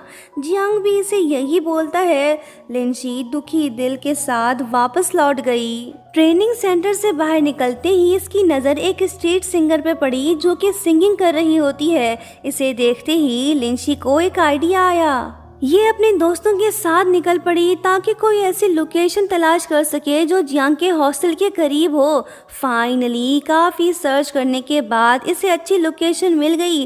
ठीक सामने ही बॉयज़ हॉस्टल है जहां जियांग ठहरा हुआ है। लिंची ने माइक उठा लिया। ये तो गुनगुनाने लगी। लाइफ में पहली बार ये किसी के लिए गा रही है। इसने पहले कभी ऐसा नहीं किया। जियांग ने भी इसकी आवाज़ पहचान ली। वो हॉस्टल रूम से लैंप उठा के उसे ऑन ऑफ करने लगा ताकि लिंची को पता चल सके कि ये इसकी आवाज़ सुन रहा है। जैसे ही लिंची ने लैंप की रोशनी देखी तो इसके दिल को सुकून मिला। वो लड़का इसे नहीं भूला और ना ही लिंची उसे कभी भुला पाएगी। ये रोमांटिक सीन यहीं पे एंड हुआ। लिंची और उसके फ्रेंड्स वापस लौट गए। नेक्स्ट मॉर्निंग लिनियान आके लिंची को बताने लगा कि मुबारक हो दोस्त, तुमने 5th पोजीशन हासिल कर ली। लड़की खुश होने के साथ साथ कंफ्यूज्ड भी है। सोचने लगी कि हैं मैं कब से इतनी पढ़ाकू बन गई। अबे जल्दी बता, तू सच बोल रहा है ना। वो बोलता है कि हाँ सच ही तो बोल रहा हूँ। मैं भी 3rd आया हूँ, लेकिन ऊपर से नहीं, नीचे से, बॉटम से ऊपर, सुपर डुपर। मैं बॉटम का शहजादा तो तू उसकी रानी। ये है हमारे रिजल्ट की कहानी। ये बात सुन के लिंची का मूड ऑफ हो गया। लिनियान कहने लगा कि छी, तू तो कुछ ज्यादा ही डफर निकली। लिंची को आया गुस्सा। बोलने लगी कि रुक, अभी तुझे यहीं पे दफन करती हूँ। स्कूल में लिंची की प्रॉब्लम्स बढ़ती जा रही हैं। एक क्लासमेट लूचन को एडवाइस देता है कि वो लिंची से दूर रहे ताकि उसके ग्रेड्स ना गिरें। इसकी ये बात सुनकर लूचन तो बहुत गुस्सा हो गया। इसने उस लड़के को जमीन पे पटक दिया। टीचर का भी बुलावा आ गया। ये दोनों को डांटने लगी। फिर टीचर लिंची को अपने पास बुलाती हैं और पूछने लगती है कि क्या क्लासमेट्स की बातों से तुम अपसेट हो। लिंची ने ना बोलते हुए कहा कि नहीं तो ऐसी कोई बात नहीं। ये अपने क्लासमेट्स के अगेंस्ट गवाही नहीं दे रही, जो कि अच्छी बात है। फिर टीचर इससे बोलने लगी कि हर वक्त लड़कों के साथ घूमना फिरना ठीक नहीं, लोग गलत समझेंगे। एक्सपेरिमेंटल मिडिल स्कूल में बिना स्टडीज के सरवाइव कर पाना मुश्किल है। अगर अगली दफा तुम्हारे ग्रेड्स लो हुए तो तुम्हें निकाला भी जा सकता है। ये बात सुनकर लिंची संजीदगी से टीचर से बोलने लगी कि मैम, मेरा लू चैन, यू शेंग और लिनियान के साथ रिलेशनशिप दोस्ताना और प्योर है। वो पहले मेरे बेस्ट फ्रेंड्स हैं, देन क्लासमेट्स। कोई कुछ भी कहे, मुझे कोई फर्क नहीं पड़ता। हम दोस्त हैं और मरते दम तक रहेंगे। फ्रेंडशिप करना स्कूल रूल्स के अगेंस्ट तो नहीं है ना। हाँ, अगर मेरे ग्रेड्स खराब होते हैं तो वो मेरी रिस्पॉन्सिबिलिटी है। मैं ज़रूर मेहनत करूँगी ताकि सबके बराबर आ सकूँ। लिंची ने बिल्कुल सही कहा। फ्रेंडशिप का लड़का लड़की से कोई ताल्लुक नहीं। बेस्ट फ्रेंड्स दिल के करीब होते हैं, इन्हें खुद से अलग नहीं किया जा सकता। सो दोस्तों, आपका बेस्ट फ्रेंड कौन है? कमेंट में उसका नाम ज़रूर लिखें। बॉटम से 5th पोजीशन हासिल करने के बाद लिंची का मूड ऑफ है। इसके मॉम डैड तो बड़े ही ओपन माइंडेड निकले। इन्होंने इसे डांटा तक नहीं बल्कि दिलासा देते हुए कहने लगे कि बेटा, तुमने एग्जाम में अच्छा किया है, टेंशन मत लो। पेरेंट्स हों तो ऐसे। मॉम ने लिंची के लिए दिमागी सूप बनाया है ताकि इसकी खोपड़ी तेज काम करे। अगली बार ये बॉटम से नहीं बल्कि ऊपर से 5th आ सके। जब लिंची ने ये बात लू चैन और लिनियान को बताई तो वो दोनों हंसने लगे। लिंची गुस्सा होकर बोलने लगी कि बस अब बहुत हुआ, अब हमें सीरियस होकर पढ़ना होगा, वरना अगली बार इससे भी ज़्यादा बेइज्जती होगी जो हम बर्दाश्त नहीं कर पाएंगे। लिंची पढ़ने तो बैठ गई, लेकिन ये स्टडीज पे फोकस नहीं कर पा रही। एक तो बचपन के दोस्त से बिछड़ने का गम, तो दूसरा पढ़ने का सितम। लू चैन भी इसके घर आ पहुंचा। ये इसे अपने साथ ले गया। इसने लिंची के हाथ में बैलून थमा दिया। कहने लगा कि इसे जमीन पे गिरने मत देना, तुम्हारा स्ट्रेस इस बैलून के साथ हवा में उड़ जाएगा। इससे तुम पढ़ाई में फोकस कर पाओगी। लिंशी यही करने लगी। शिनी भी आ गई। ये लूचैन पे गुस्सा है क्योंकि उसके भाई ने इसके फोन की रिंगटोन जो चेंज कर दी है। ये बात सुनते ही लिंशी लूचैन का मोबाइल इसे ला के देती है ताकि ये अपना रिंगटोन चेंज कर सके। जैसे ही शिनी ने उसका मोबाइल हाथ में लिया तो तभी love compatibility index menu open हो गया, जो ये एक्सपेक्ट नहीं कर रही थी। शायद कुछ पर्सनल, शायद कुछ रोमांटिक या इमोशनल।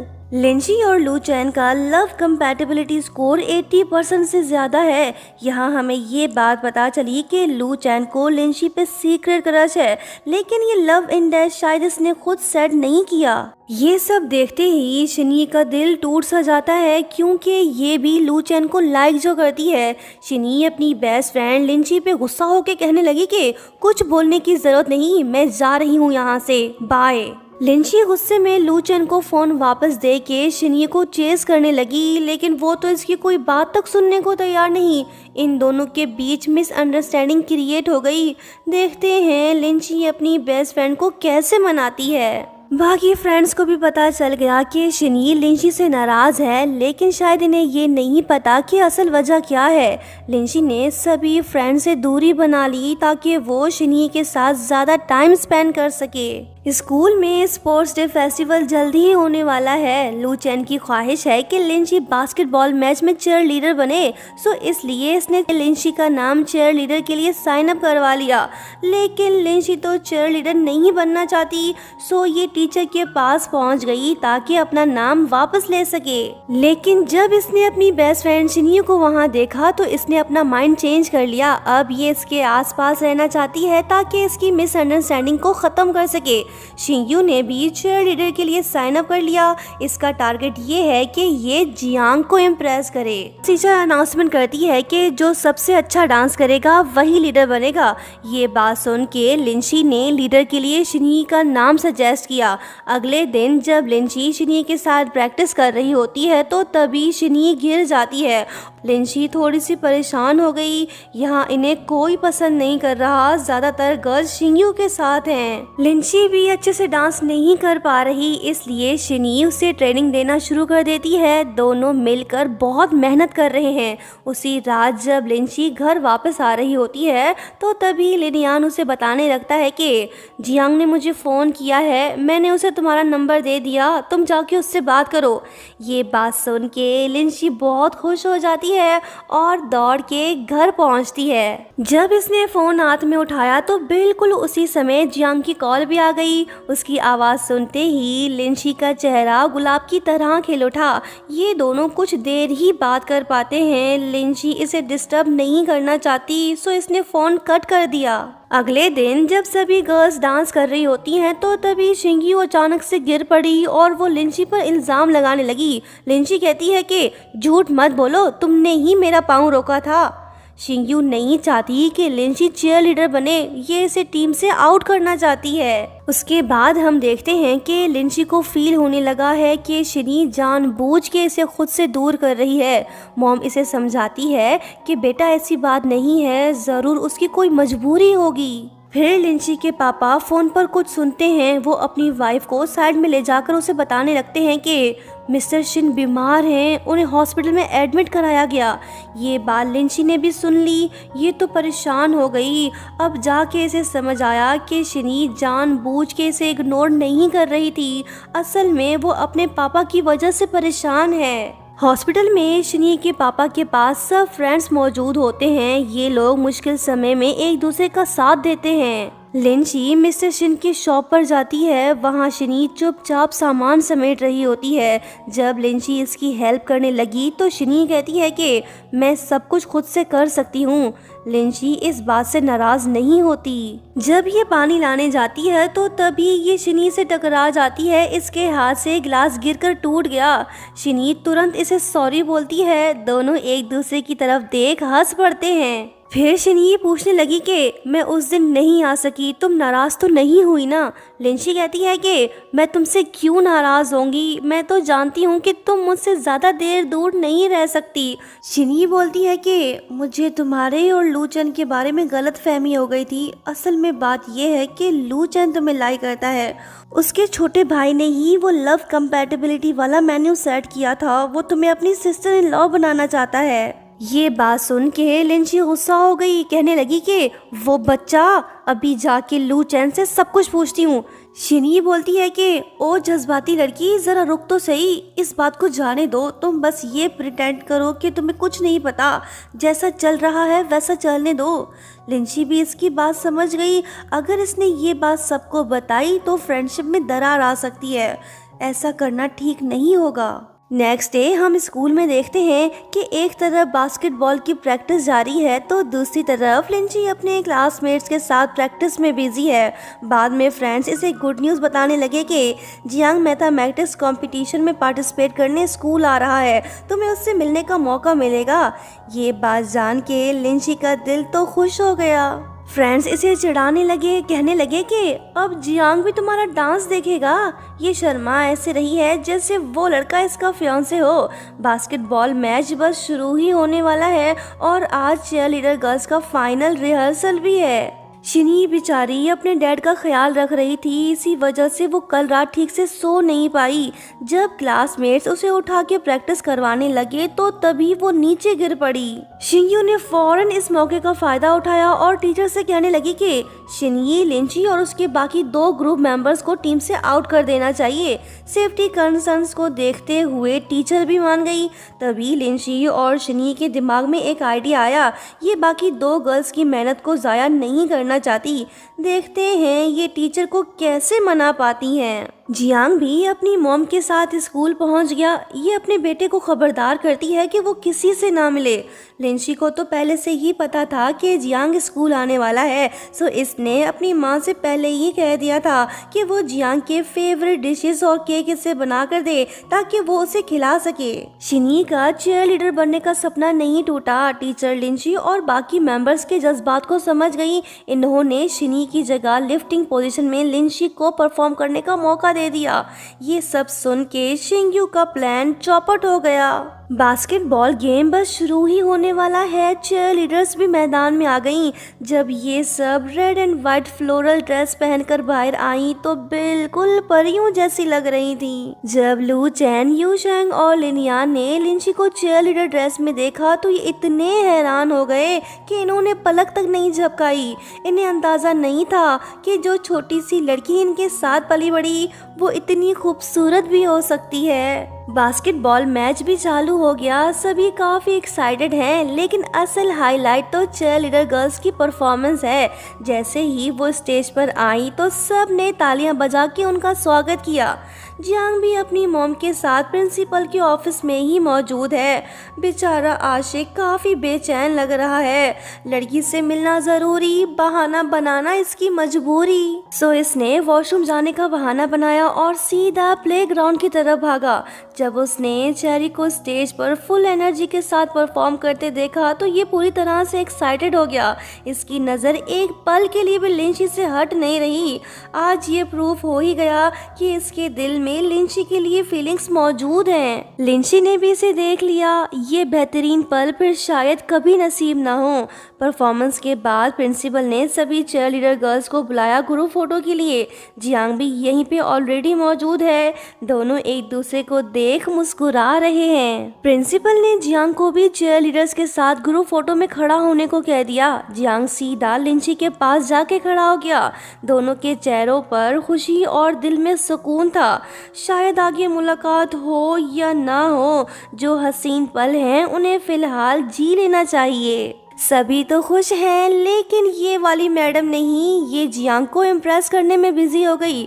जियांग की मॉम का प्लान ये है कि वो अपने बेटे को सीधा ट्रेनिंग सेंटर पहुंचा दे ताकि वो लिंची से ना मिल सके। सब कुछ इनकी प्लानिंग के मुताबिक ही हो रहा था कि तभी मॉम को अचानक अर्जेंट काम के लिए ऑफिस वापस बुला लिया गया।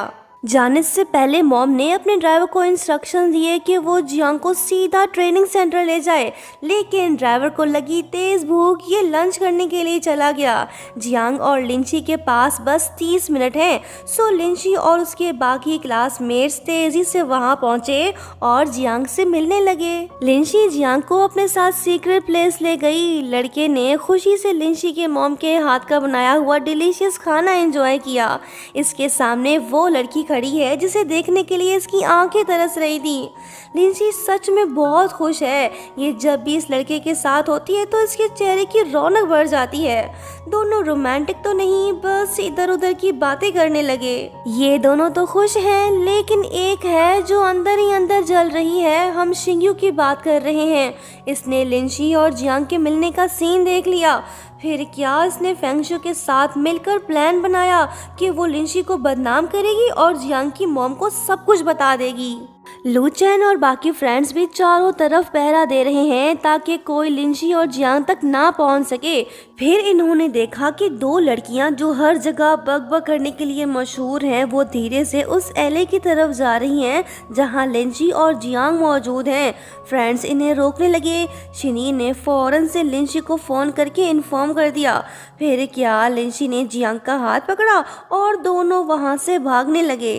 रास्ते में जब एक ऊंची दीवार आई तो जियांग ने लिंची को अपने शोल्डर पर बिठाकर दीवार पार करवाया। इससे पहले कि ये इसे नीचे उतारता कि तभी एक आवारा कुत्ता इन दोनों के पीछे बढ़ गया। फिर क्या ये घबरा गया और भागने लगा। तभी एक मोटरसाइकिल ने इन्हें टक्कर मार दी और दोनों गिर गए। जब जियांग ने लिंची को उठाया तो लड़की ने देखा कि जियांग के माथे से खून निकल रहा है। ये देखते ही लिंची बेहोश हो गई। दोनों हॉस्पिटल जा पहुंचे। लिंची खुद को दोष देने लगी। ये बहुत गिल्टी फील कर रही है कि उसकी वजह से जियांग को चोट लगी। अगर इंजरी सीरियस हुई तो जियांग की स्टडीज पे असर पड़ सकता है। थैंकफुली उसे कोई इंटरनल चोट नहीं आई, उसके दिमाग पर कोई असर नहीं पड़ा। ये बात जान के लिंची के दिल को सुकून तो मिला, लेकिन अब इन दोनों की मुश्किलें बढ़ने वाली हैं। नेक्स्ट डे जब लिंची क्लास की तरफ बढ़ने लगी तो लू चैन ने इसे रोक लिया। दरअसल इसे इस बात का डर है कि कहीं शिंगयू लिंची को अपनी जहरीली बातों से हर्ट ना कर दे। लेकिन लिंची ने इससे कहा कि मुझे किसी से डरने की कोई जरूरत नहीं, मैं अकेले ही सब कुछ फेस कर लूंगी। क्लास का माहौल थोड़ा सा इमोशनल है। शिंगयू रोने में बिजी है। कुछ लड़कियां इसके पास आके इसे दिलासा दे रही हैं, मानो जैसे जियांग इसका हस्बैंड है। जैसे ही लिंची क्लास में आई तो शिंगयू और उसकी चमचियों ने उसे घेर लिया। लगता है कि ये इस पे कोई सख्त इल्जाम लगाने वाली हो। ये लिंची से पूछने लगी कि तुमने जियांग को चोट क्यों पहुंचाई। लिंची ने इसे दबंग अंदाज में जवाब दिया कि मैं और जियांग एक अच्छे दोस्त बनना चाहते हैं, बिल्कुल वैसे ही जैसे हम बचपन में थे। ये बात सुनकर सबको समझ आ गया कि लिंची और जियांग चाइल्डहुड फ्रेंड्स हैं। शिंगयू भी खामोश हो गई। इसके पास कुछ कहने को नहीं बचा। ये चुपचाप अपनी सीट पर जाके बैठ गई। वहीं दूसरी तरफ डैड जियांग को हॉस्पिटल से घर ले जा रहे हैं। बेटा उदास है क्योंकि इसकी माँ हमेशा से ही इसे अपने बड़े बेटे का शैडो जो समझती आई है। ये सिलसिला आखिर कब तक चलेगा। मॉम ने तो इसकी आज़ादी ही खत्म कर दी। जियांग ने अपने डैड से साफ कह दिया कि अगर मॉम ने लिंची और इसके घर वालों से बदला लेने की कोशिश की या फिर उन्हें विलेज भेजा तो आप मॉम को पावर का मिस यूज करने पर रिपोर्ट करना। डैड खामोश हैं। जब मॉम घर आई तो उन्होंने जियांग का उदास चेहरा देखा, मगर इस दफा इसके डैड ने हिम्मत दिखाई और खुलकर जियांग का साथ दिया। जब मॉम ने देखा कि बाप और बेटा दोनों उसके अगेंस्ट हैं तो वो अकेली ही लिंची के घर चली गई। इसकी मॉम से बोलने लगी कि तुम्हें अपनी बेटी की तरबियत ठीक से करनी चाहिए थी। इनकी बातें सुन लिंची बहुत गुस्सा हो गई। ये इन्हें जवाब देने वाली थी कि तभी मॉम ने इसे रोक दिया। फिर लिंची ने मिस जियांग का पीछा किया और मेडिकल एक्सपेंसेस उसके हाथ में थमा दिए। मिस जियांग ने लिंची से पूछा कि क्या तुम्हारे पास कहने के लिए कुछ है, तो उसने जवाब दिया कि मैं तो बस जियांग को अपना फ्रेंड बनाना चाहती हूँ। ये बात सुन के मिस जियांग ने लिंची को चेतावनी दी कि अगर तुम ऐसे ही अपनी जिद पर अड़ी रही तो जियांग अपनी मॉम को खो देगा और मैं अपने बेटे को। ये बातें सुन के लिंची के दिल में अजीब सी उलझन पैदा हो गई। लिंशी जियांग की मॉम को समझाने की कोशिश कर रही है। इसकी बस एक ही रिक्वेस्ट है, वो ये कि मिस जियांग अपने बेटे को परमिशन दे कि वो अपने चाइल्डहुड फ्रेंड्स के साथ कुछ समय बिता सके। कहने लगी कि आंटी, मैं कभी भी जियांग की पढ़ाई में रुकावट नहीं बनूंगी। जियांग की मॉम कहने लगी कि अगर तुम वाकई में उसकी भलाई चाहती हो तो फिर उसका पीछा छोड़ दो, वरना वो कभी अपना मकसद हासिल नहीं कर पाएगा। मैं उसे इंटरनेशनल मैथमेटिक्स ओलंपियाड बनाना चाहती हूँ, जो उसका भाई नहीं बन पाया था। और हाँ, सबसे बड़ी बात, तुम हम माँ बेटे का रिलेशनशिप खराब कर रही हो। लिंशी कांपते हुए कहने लगी कि आंटी, मैं ये कभी नहीं चाहती कि मेरी वजह से आप दोनों के रिश्ते खराब हों। जियांग की मॉम कहती है कि मैं जानती हूँ तुम अच्छी लड़की हो, अब तुम बड़ी हो गई हो, तुम्हें अपनी जिम्मेदारियाँ समझनी चाहिए।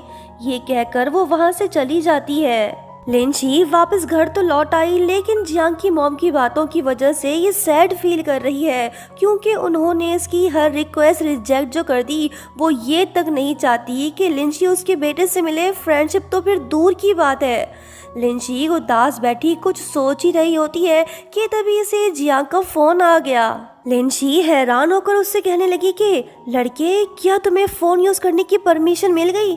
जियांग कहता है कि मेरी प्यारी रैबिट, डरो मत, घर में कोई नहीं है। सुनो चेरी, क्या तुम कल मेरे लिए खाना ला सकती हो? ये बात सुन के लिंशी फ्रीज हो गई। अब जियांग तो नहीं जानता कि उसकी मॉम ने लिंशी से क्या बातें की हैं।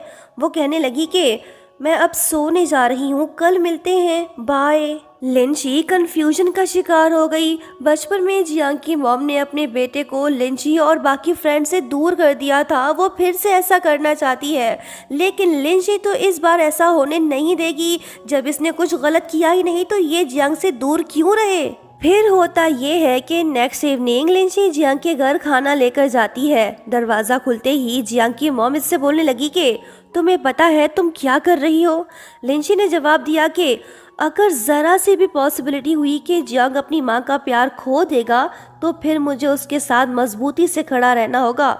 मैं कभी उसे अकेला नहीं छोड़ूंगी। मॉम ने इससे टिफिन ले लिया। ये बिना कुछ बोले दरवाज़ा बंद करके अंदर चली गई।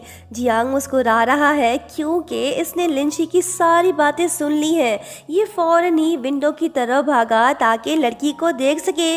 जब लिंशी की नज़र उस पर पड़ी तो इसका दिल हल्का हो गया। फिर जियांग ने खिड़की पर ये लिखा कि चेरी, तुम मेरी हीरो हो। ये सब देख लिंशी भी मुस्कुराने लगी। बेचारी रो भी रही है और हंस भी। ये ना चाहते हुए भी घर वापस लौट गई। उसके बाद जियांग की मॉम उसके रूम में आती हैं और कहती हैं कि जो लोग अभी तुमसे दोस्ती करना चाहते हैं वो सब फ्यूचर में तुम्हारे साथ नहीं होंगे। जियांग जवाब देता है कि मैं चेरी और बाकी सबको ज़िंदगी भर के लिए दोस्त बनाकर रखना चाहता हूँ। मॉम गुस्से में कहती है कि तुम्हें कैंप वापस जाना होगा, यही मेरा फैसला है, मैं कोई बहाना नहीं सुनूंगी। जियांग भी अपनी मॉम के आगे मजबूर है। इसे डर है कि कहीं इसकी मॉम इसे लिंशी से दूर ना कर दे, सो ये मान गया। स्कूल में स्पोर्ट्स डे पे हम देखते हैं कि लू चैन रनिंग कर रहा है। सभी फ्रेंड्स इसे चीयर अप कर रहे हैं, उसका हौसला बढ़ा रहे हैं। इसी दौरान जियांग भी वहीं पे आ जाता है। इसे देख लिंशी खुश हो गई और चिल्लाकर लू चैन से बोलने लगी कि देखो, जियांग भी तुम्हें सपोर्ट करने आ गया। लेकिन तभी लू चैन गिर पड़ा। ये उठकर वापस खड़ा तो हो गया, लेकिन ये ठीक से रनिंग नहीं कर पा रहा। सभी दोस्त उसका हौसला बढ़ाने लगे। जियांग उसके पास आके कहने लगा कि हम जानते हैं कि तुमने कितनी मेहनत की है, सो तुम गिव अप मत करो, फिनिश लाइन करीब है, धीरे धीरे से वहां पहुंचने की कोशिश करो, मैं जानता हूं तुम ये कर सकते हो। ये बातें कुछ जानी पहचानी सी हैं। लू चैन उससे कहने लगा कि बचपन में मैंने भी तुमसे ये सब कहा था। आखिरकार लू चैन ने गिव अप कर दिया। इसके पैर में काफी चोट लगी है। ये जियांग को कुछ ज्यादा पसंद नहीं करता, लेकिन अब इसके दिल में उसके लिए रिस्पेक्ट बढ़ गई है।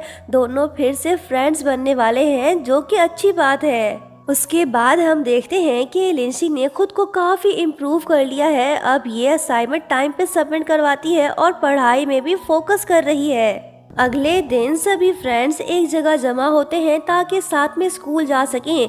जियांग भी साइकिल चलाते हुए इनके पास आ पहुंचा। बाकी दोस्त उससे पूछते हैं कि क्या तुम फिर से बचपन की तरह हमारे साथ स्कूल जाने का प्लान बना रहे हो। जियांग कहता है कि मैं ये चाहता हूँ कि कंपटीशन में जाने से पहले तुम सबके साथ आखिरी बार साइकिल चलाते हुए स्कूल जाऊं। फिर जियांग बैग से अपने हाथ से बनाए हुए स्कार्फ्स को निकालता है और वो एक एक करके सभी फ्रेंड्स को देने लगता है। चेरी और बाकी सब हैरान होते हैं। वो पूछने लगे कि क्या तुमने ये सब खुद बनाए हैं। जियांग सर हिला के हाँ बोलता है और कहता है कि ये बनाना इतना ज़्यादा मुश्किल भी नहीं था, ये मैथ के किसी फॉर्मूले जैसा है। जब मैं अकेला था तो मैंने ये सब सीखा, तब से मैं तुम सबके लिए स्कार्फ बना रहा था। इसकी ये बात सुन के लिंची का दिल तो खुश हो गया। ये तो रोज़ सबसे कहती रहती थी कि जियांग हमें नहीं भूला। आज इसकी वो बात सच निकली। जियांग अपने दोस्तों को नहीं भूला और ना ही कभी भुला पाएगा। यहाँ हम ये बात नोट करते हैं कि जियांग ने चेरी के लिए अलग डिज़ाइन बनाया है। इसके स्कार्फ में रैबिट चुन्नू का अक्स बना हुआ है, वही जिसे बचपन में इन दोनों ने मिल के पाला था। सभी फ्रेंड्स रेड स्कार्फ पहनकर स्कूल की तरफ निकल पड़े। जब ये वहाँ पहुँचे तो सब इन्हें देखकर हैरान रह गए। टीचर जियांग से पूछने लगी कि तुम्हें तो ट्रेनिंग सेंटर में होना चाहिए था, तुम स्कूल में क्या कर रहे हो। जियांग ने उन्हें जवाब दिया कि मैं आज पूरा दिन अपने दोस्तों के साथ बिताना चाहता हूँ, यादों को समेटना चाहता हूँ। फिर टीचर बाकी सबसे पूछने लगी कि तुम सब ने ये लाल स्कार्फ किस खुशी में पहन रखा है। चेरी और बाकी दोस्तों ने जवाब दिया कि हमने ये इसलिए पहना है ताकि हम जियांग को सपोर्ट करें, ये इसके गुड लक के लिए है। नेक्स्ट सीन में हम देखते हैं कि कैंटीन में जियांग, लिंची और बाकी सब साथ में बैठ के लंच कर रहे हैं। शिंगयू भी यहीं आसपास ही मौजूद है। ये हसद भरी नज़रों से जियांग को देख रही है। कहने लगी कि जियांग कभी हंसता भी नहीं था। क्या ये वही लड़का है जिसे मैं जानती हूँ? नहीं, ये वो नहीं है, काफ़ी बदल गया है। जियांग और लिंची आपस में बातें कर ही रहे होते हैं कि तभी बेरहम मॉम वहीं पे आ जाती है। ये काफ़ी गुस्से में है, चिल्लाकर अपने बेटे से बोल रही है कि वो इसके साथ चले। जियांग बेचारा ना चाहते हुए भी दुखी दिल के साथ वापस जाने लगा। सभी फ्रेंड्स ने जियांग का दिया हुआ स्कार्फ पहन लिया ताकि वो सैड फील ना करे। सब उसे कंपटीशन के लिए गुड लक बोलते हैं। लिंची अंदर से काफ़ी सैड फील कर रही है। जियांग से बिछड़ने का दुख सबसे ज़्यादा इसे हो रहा है। बेचारी कुछ कर भी नहीं सकती। मॉम तो फिर मॉम है, उसके आगे सभी बेबस हैं। जियांग दुखी दिल के साथ वापस लौट गया। सभी फ्रेंड्स के चेहरे पे मायूसी छा गई। 22 मैथमेटिकल ओलंपियाड कंपटीशन बस शुरू ही होने को है। जियांग इस कंपटीशन को हर हाल में जीतना चाहता है। वो इसलिए ताकि ये अपनी मॉम को बता सके कि अब ये उनके नक्शे कदम पर नहीं चल सकता। इसकी भी अपनी ज़िंदगी है, अपने फ्रेंड से दूर नहीं रह सकता, ये अपने फैसले खुद ले सकता है। नेक्स्ट सीन में हम देखते हैं कि जियांग एग्जामिनेशन हॉल तो पहुंच गया, लेकिन इसकी तबीयत ठीक नहीं है, इसे बुखार हो गया है। इसे लिंची की कॉल आ गई। दोनों आपस में बातें करने लगे। जियांग की धीमी आवाज़ सुनते ही लड़की तुरंत ही समझ गई कि उसकी तबीयत ठीक नहीं है। जब ये उसे इस बारे में पूछने लगी तो जियांग कहने लगा कि चेरी मेरी फिक्र मत करो, वैसे भी ये सब जल्द ही ख़त्म हो जाएगा। इस बात का तो यही मतलब हुआ ना कि ज़रूर जियांग कुछ बड़ा कदम उठाने वाला है। फिलहाल लिंची इस बात को समझ नहीं पाई, लेकिन इसे पता तो चल ही जाएगा कि जियांग आखिर क्या करने वाला है। फिर वो लिंची से कहता है कि एग्ज़ाम के चौथे दिन तुम मुझे पिक करने आ जाना। लड़की भी मान गई।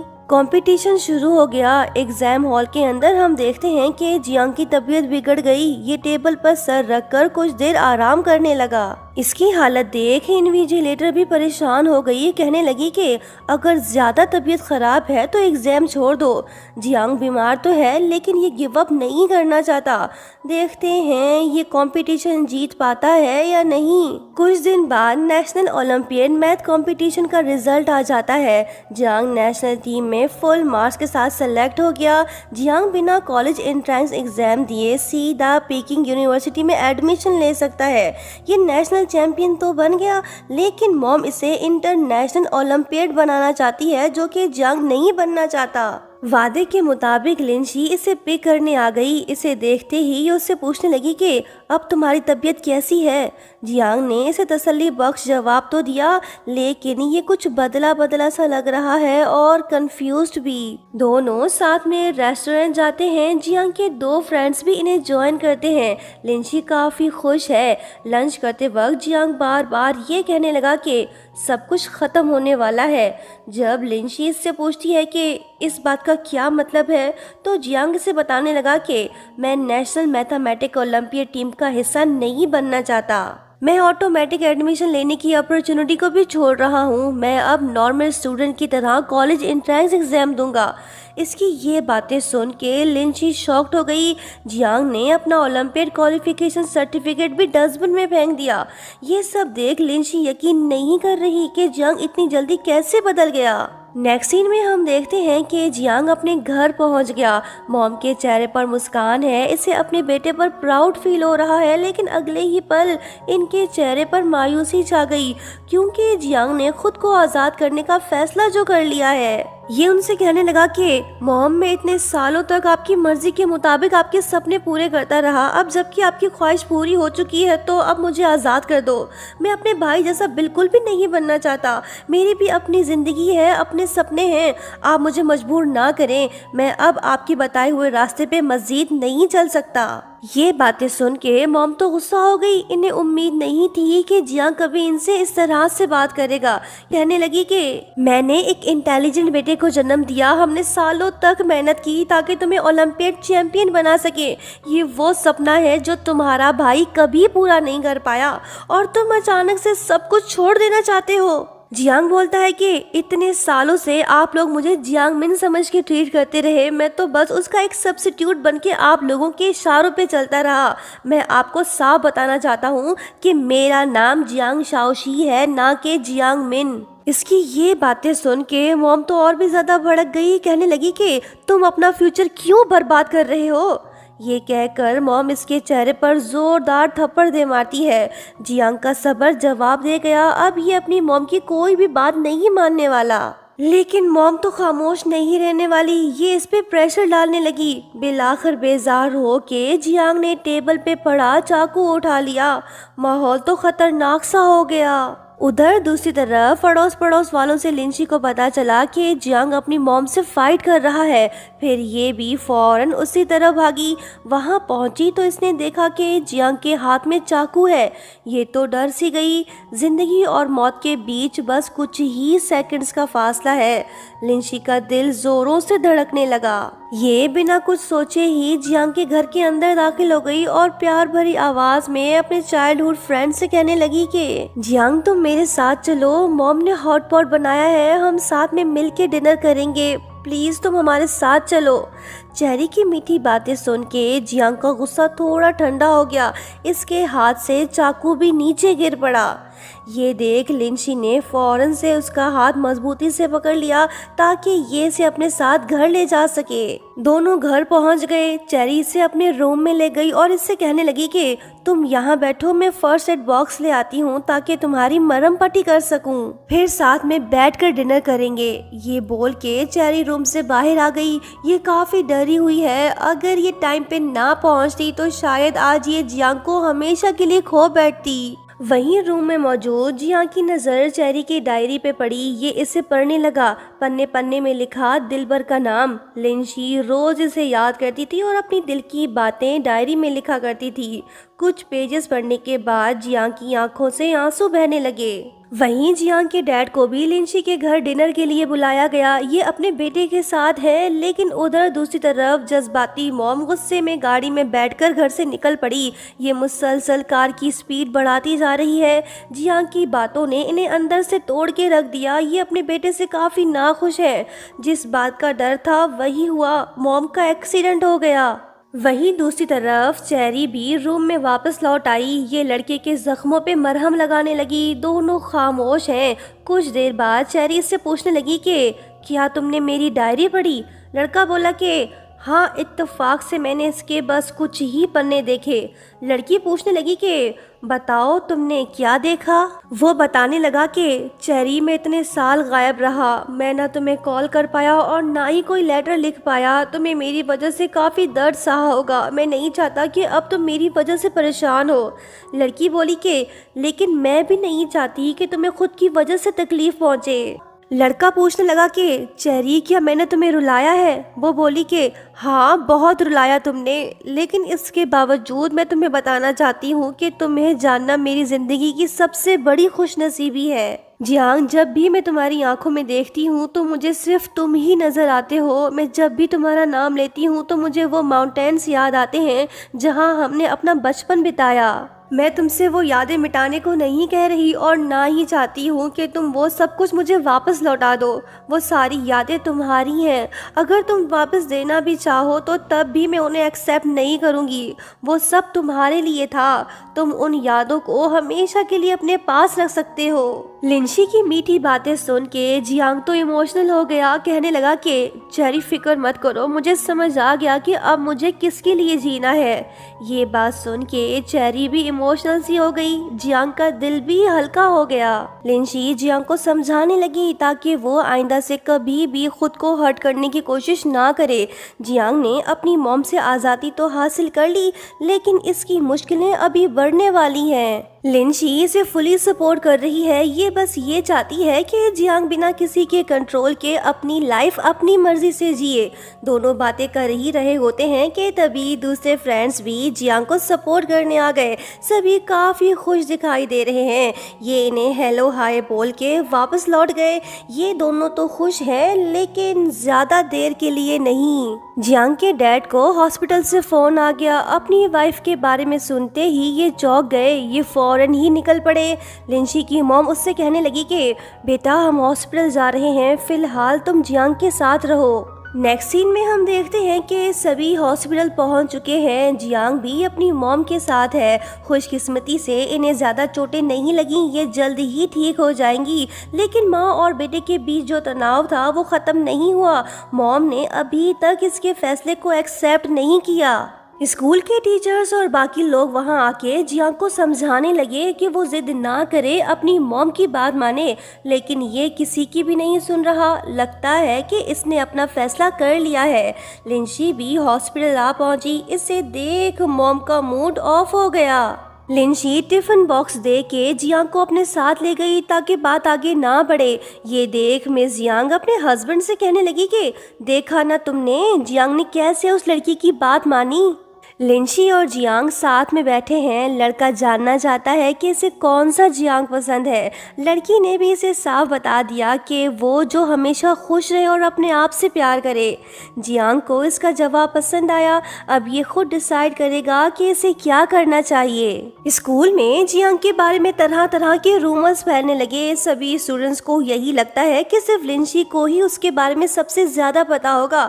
अब वही बता सकती है कि जियांग स्कूल आएगा भी या नहीं। शिंग्यू को जियांग की फिक्र होने लगी। ये लिंशी के पास आके उससे पूछती है कि जियांग कहाँ है और वो स्कूल क्यों नहीं आ रहा।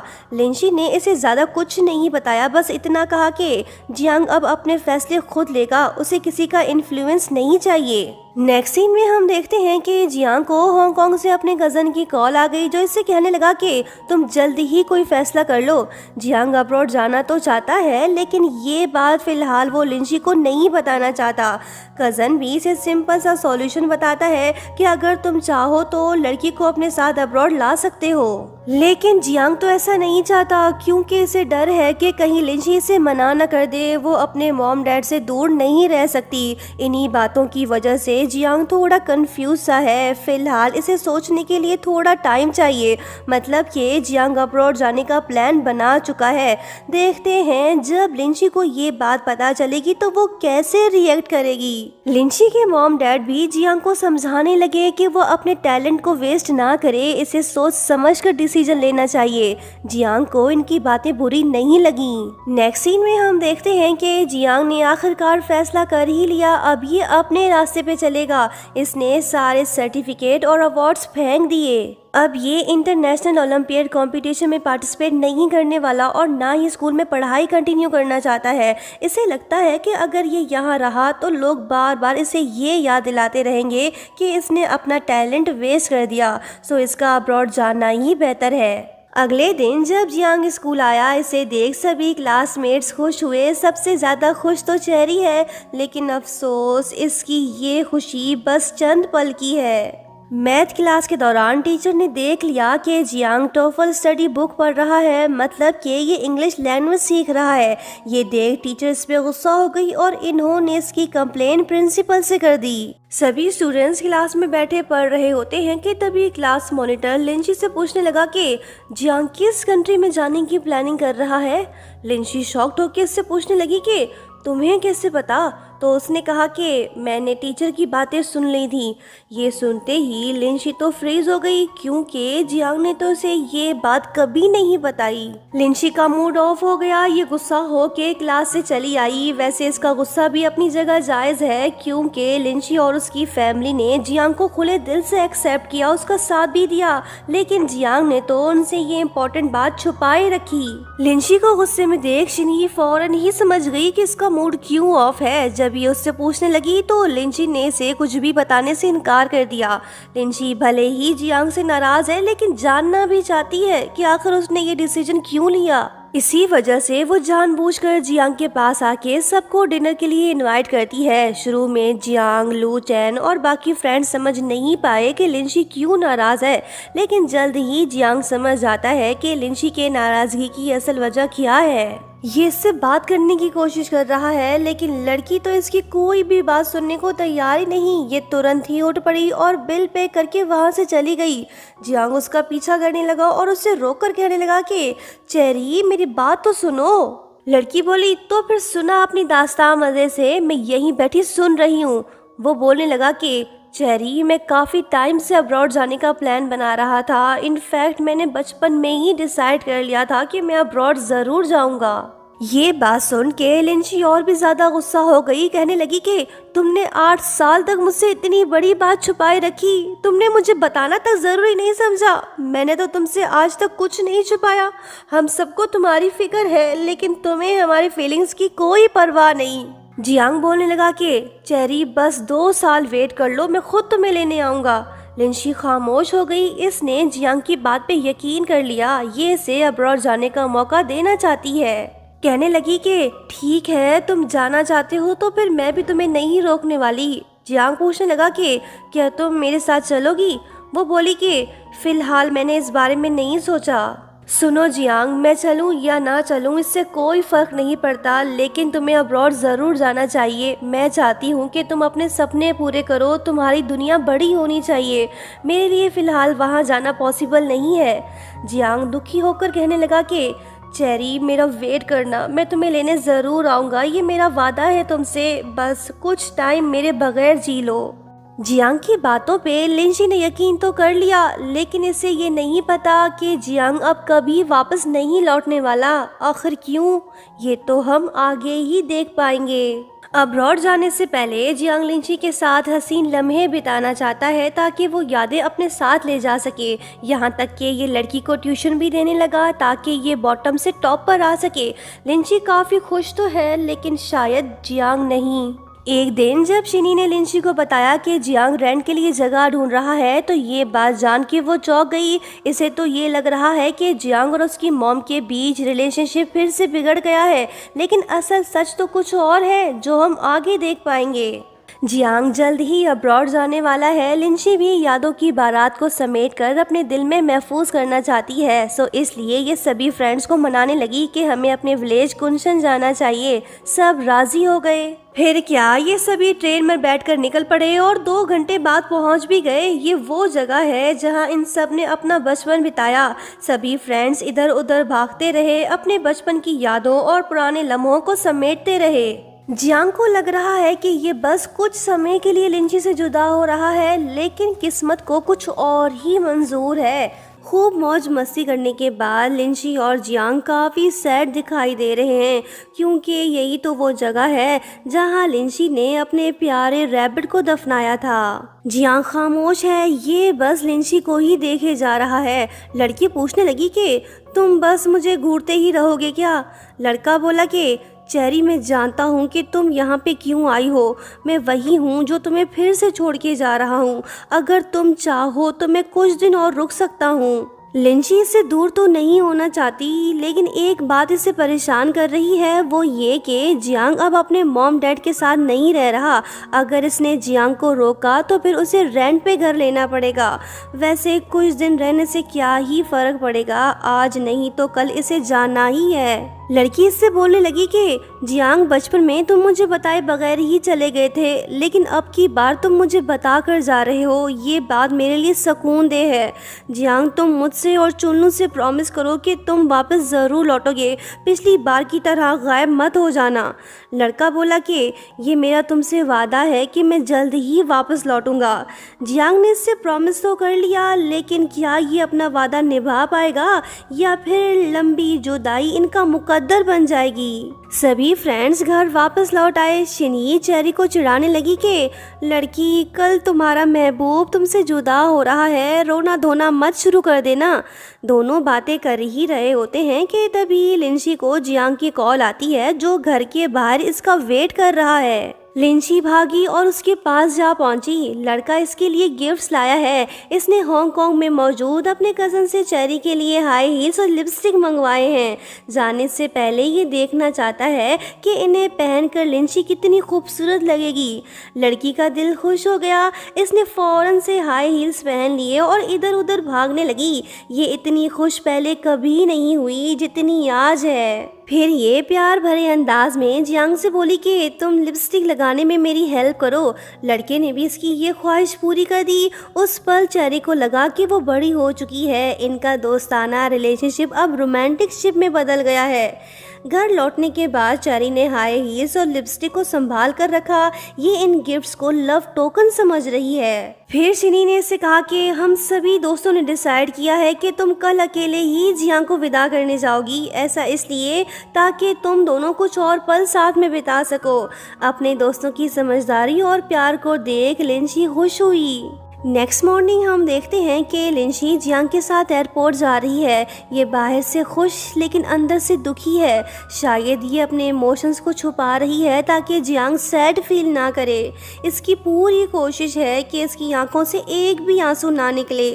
दोनों एयरपोर्ट पहुंच गए। लिंशी जियांग से बोलने लगी कि चायो, अपना बेस्ट देना, कभी हिम्मत मत हारना। जब भी तुम दुखी फील करो तो मुझे कॉल कर लेना, इससे पहले कि मैं रो दूं। चल अब निकल यहाँ से। जियांग मुस्कुराते हुए चला गया। दोनों फिर से जुदा हो गए। बचपन की जुदाई एक्सीडेंटली थी, लेकिन आज वाली रोमांटिकली। खैर, आगे बढ़ते हैं। चेरी वापस नहीं गई, ये एयरपोर्ट में ही मौजूद है। जैसे ही जहाज ने उड़ान भरी तो इसका दिल बैठ सा गया। हमेशा खुश रहने वाली चेरी अब खोई खोई सी लग रही है। ये दुखी दिल के साथ एयरपोर्ट से वापस चली गई। जियांग से बिछड़ने का गम तो सबको है, लेकिन लिंशी और बाकी फ्रेंड्स धीरे धीरे से नॉर्मल लाइफ की तरफ लौट रहे हैं। ये सब कॉलेज एंट्रेंस एग्जाम की तैयारी में लग गए। कभी कभार बाकी दोस्त जियांग से कांटेक्ट कर लेते हैं, लेकिन जियांग उन्हें अक्सर रिप्लाई नहीं देता। वो भले ही स्टडीज में बिजी है, लेकिन वो लिंशी को नहीं भुला पाया, उससे कांटेक्ट में है। लिंशी ने भी ये बात नोट की कि जियांग अब पहले से ज़्यादा बातूनी हो गया है। वो अपने नए इन्वायरमेंट में जो कुछ भी देखता और सुनता, वो सब ये लिंशी के साथ शेयर करता रहता है। उसके बाद हमें पता चला कि जियांग के मॉम की फाइनेंशियल कंडीशन दिन ब दिन बिगड़ती जा रही है। अगर यूं ही चलता रहा तो वो जल्द ही बैंकरप्ट हो जाएगी। अब जाके समझ आया कि जियांग रेंट के लिए घर क्यों ढूंढ रहा था। आखिरकार एंट्रेंस एग्जाम देने का दिन आ ही गया। 10 साल की मेहनत और सपनों को सभी स्टूडेंट्स ने टेस्ट पेपर में उतार दिया। लिंशी काफ़ी एक्साइटेड है, इसका एग्ज़ाम अच्छा गया। इसने अपना सारा एक्सपीरियंस मैसेज में लिखकर जियांग के साथ शेयर किया। ये वेट करती रही पर उसका कोई रिप्लाई नहीं आया। ऐसा कभी हुआ तो नहीं, क्योंकि जियांग फ़ौरन ही इसके मैसेज का रिप्लाई दे दिया करता था। लिंशी थोड़ी सैड तो है, लेकिन इसे लग रहा रहा है कि वो ज़रूर स्टडीज़ में बिजी होगा। लिंशी के मॉम डैड और बाकी दोस्तों के पेरेंट्स ने एंट्रेंस एग्जाम खत्म होने की खुशी में अपने बच्चों के लिए होटल में बड़ी पार्टी अरेंज की। लिंशी एंजॉय तो कर रही है लेकिन साथ में ये दुखी भी है, ये जियांग के मैसेज का वेट कर रही है। लो जी, उसका रिप्लाई भी आ गया जिसमें बस इतना लिखा था कि कांग्रेस चेरी, अब तुम यूनिवर्सिटी जाने की तैयारी कर लो, बेस्ट ऑफ लक, दुआ है कि तुम्हें अपने ड्रीम यूनिवर्सिटी में एडमिशन मिले। ये सब पढ़ के लिंशी तो चिल्ला उठी, कहने लगी कि जियांग का मैसेज आ गया, उसने मुझे रिप्लाई किया। लिंशी इतनी एक्साइटेड हो गई कि उसने फ़ौरन ही जियांग को कॉल कर दी, लेकिन अफसोस उसका नंबर ऑफ है। इसका दिल तो फिर से उदास हो गया। पेरेंट्स के चेहरे पर एक अजीब सी परेशानी है, मानो जैसे वो अपने बच्चों से कुछ छुपा रहे हों। शायद ये लोग लिंशी को सच नहीं बता रहे। एंट्रेंस एग्जाम का रिजल्ट आ गया, हर किसी का सपना पूरा हुआ, सबको अपने अपने पसंद की कॉलेज में एडमिशन मिल गया।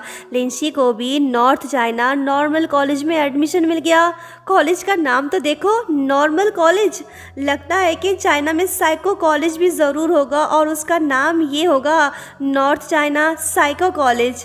खैर आगे बढ़ते हैं। स्कूल का दौर हुआ ख़त्म, अब हर कोई अपने ड्रीम्स को चेस करेगा। चेरी बेचारी उदास है क्योंकि इसका राब्ता जियांग से जो नहीं हो पा रहा। ये मैसेज कर करके थक गई लेकिन आगे से कोई रिप्लाई ही नहीं आ रहा। फिर एक रात दिल में गम लिए, हाथ में बन लिए लिंशी जियांग के घर जा पहुंची ताकि उसके मॉम डैड से मिल सके। दरवाजा तो कोई नहीं खोल रहा। लिंशी उदास होके वहीं बैठ गई। तभी पड़ोस वाली ग्रैंडमा आके इसे बताने लगी कि जियांग के मॉम अब्रॉड में शिफ्ट हो गई है लेकिन घर अभी भी उनका ही है। जियांग चाहे तो कभी भी वापस आ सकता है। इनकी बातें सुन के लिंशी और भी ज्यादा परेशान हो गई। सोचने लगी कि अगर जियांग होमलेस हो गया तो फिर वो वापस कैसे लौटेगा। लिंशी के मॉम डैड को भी अंदाजा हो गया है कि उनकी बेटी आखिर किस वजह से दुखी है। एक रात लिंशी फिर से चलते फिरते जियांग के घर जा पहुंची। यहाँ आकर वो पुरानी यादों में खो गई। जिस लड़के को इसने सच्चे दिल से चाहा अब वो अजनबी सा बन गया है। उसकी सारी बातें झूठी थी, अब वो कभी वापस नहीं लौटेगा। लिंशी के दिल में तरह तरह के ख्याल आने लगे। ये घर वापस जा ही रही होती है कि तभी इसने जियांग को देख लिया जो हाथ में एक सूटकेस लिए अपने घर का दरवाजा बंद करके वापस जा रहा होता है। लड़का काफी थका हुआ और कमजोर भी लग रहा है। ये पहले जैसा नहीं, शायद पैसे कमाने के लिए बहुत मेहनत कर रहा है। जैसे ही लिंशी ने उसका नाम पुकारा तो जियांग फ्रीज हो गया। लड़की पूछने लगी कि क्या तुम फिर से भागने की कोशिश कर रहे हो? जियांग बोला कि तुम्हें क्या लगता है कि मैं यहाँ क्यों आया हूँ? लड़की बोली कि तुम ज़रूर मुझसे मिलने आए हो, मैं सही बोल रही हूँ ना? लड़का दुखी हो गया। इसने अपने इमोशंस पे काबू पाया और कहने लगा कि चेरी तुमने सही कहा, मैं अब्रॉड नहीं जा रहा, मैं अब तुम्हारे साथ यहीं रहना चाहता हूँ। लिंशी ने इसकी बातों पे यकीन कर लिया। ये इमोशनल हो गई। जियांग की आंखों में भी आंसू आ गए। ये इसे झूठे दिलासे देने लगा और कहने लगा कि चेरी मुझे भूलना मत। ये कहकर इसने लड़की को जोर से गले लगा लिया। इसी दौरान इसने चेरी का नेकलेस बताए बगैर उसके गले से निकाल लिया ताकि इसे अपने पास रख सके। लिंशी काफ़ी खुश है क्योंकि इसे लग रहा है कि जियांग सच में वापस नहीं जाने वाला। जियांग खुश होने का दिखावा कर रहा है, ये लिंशी से कुछ तो छुपा रहा है। कहने लगा कि चेरी मुझे भूख लगी है, मुझे तुम्हारी मॉम के हाथों का बनाया खाना काफ़ी पसंद है, चलो साथ में डिनर करते हैं। लिंशी हंसी खुशी मान गई। जब लड़का इसके आसपास तो फिक्र की क्या बात, और क्या चाहिए इसे। जब ये दोनों घर पहुंचे तो तभी जियांग इससे बोलने लगा कि अरे मैं अपना सूटकेस तो वहीं भूल आया, कोई बात नहीं, मैं अभी जाके वो ले आता हूँ, फिर हम साथ में डिनर करेंगे, तब तक तुम घर जाके मॉम डैड को इन्फॉर्म कर दो। लिंशी ने इस पर यकीन कर लिया। ये अपने घर जाने लगी लेकिन फिर वापस लौट आई। ये इसे अपनी फीलिंग्स बताना चाहती है। कहने लगी कि जियांग मैं तुमसे बहुत प्यार करती हूँ। जियांग ने भी दुखी दिल के साथ जवाब दिया कि मैं भी तुमसे बहुत प्यार करता हूँ। इसने हाथ हिला के आखिरी बार लड़की को गुड बाय कहा। लिंची अपने घर चली गई। जियांग को गायब होने का मौका मिल गया। इसने अपना सर झुका दिया। साफ दिख रहा है ये लिंची से जुदा नहीं होना चाहता। पता नहीं इसकी क्या मजबूरी है जो ये वापस अब्रॉड जा रहा है। ये दुखी दिल के साथ वहाँ से चला गया। लिंची अपने घर में मौजूद जियांग के आने का वेट कर रही है। काफ़ी टाइम हो गया, जियांग अब तक क्यों नहीं आया। लिंची को शक होने लगा। ये समझ गई कि जियांग ने इससे झूठ बोला। ये बाहर भागी ताकि जियांग को रोक सके, लेकिन अफसोस अब देर हो चुकी है। जियांग तो जा चुका है, अब वो शायद कभी वापस ना लौटे। लिंची बेचारी सड़क के बीचों बीच खड़ी होके जियांग को कॉल करने लगी, पर उसका नंबर ऑफ है। लिंची की आंखों से आंसू बहने लगे। ये वहीं बैठकर रोने लगी।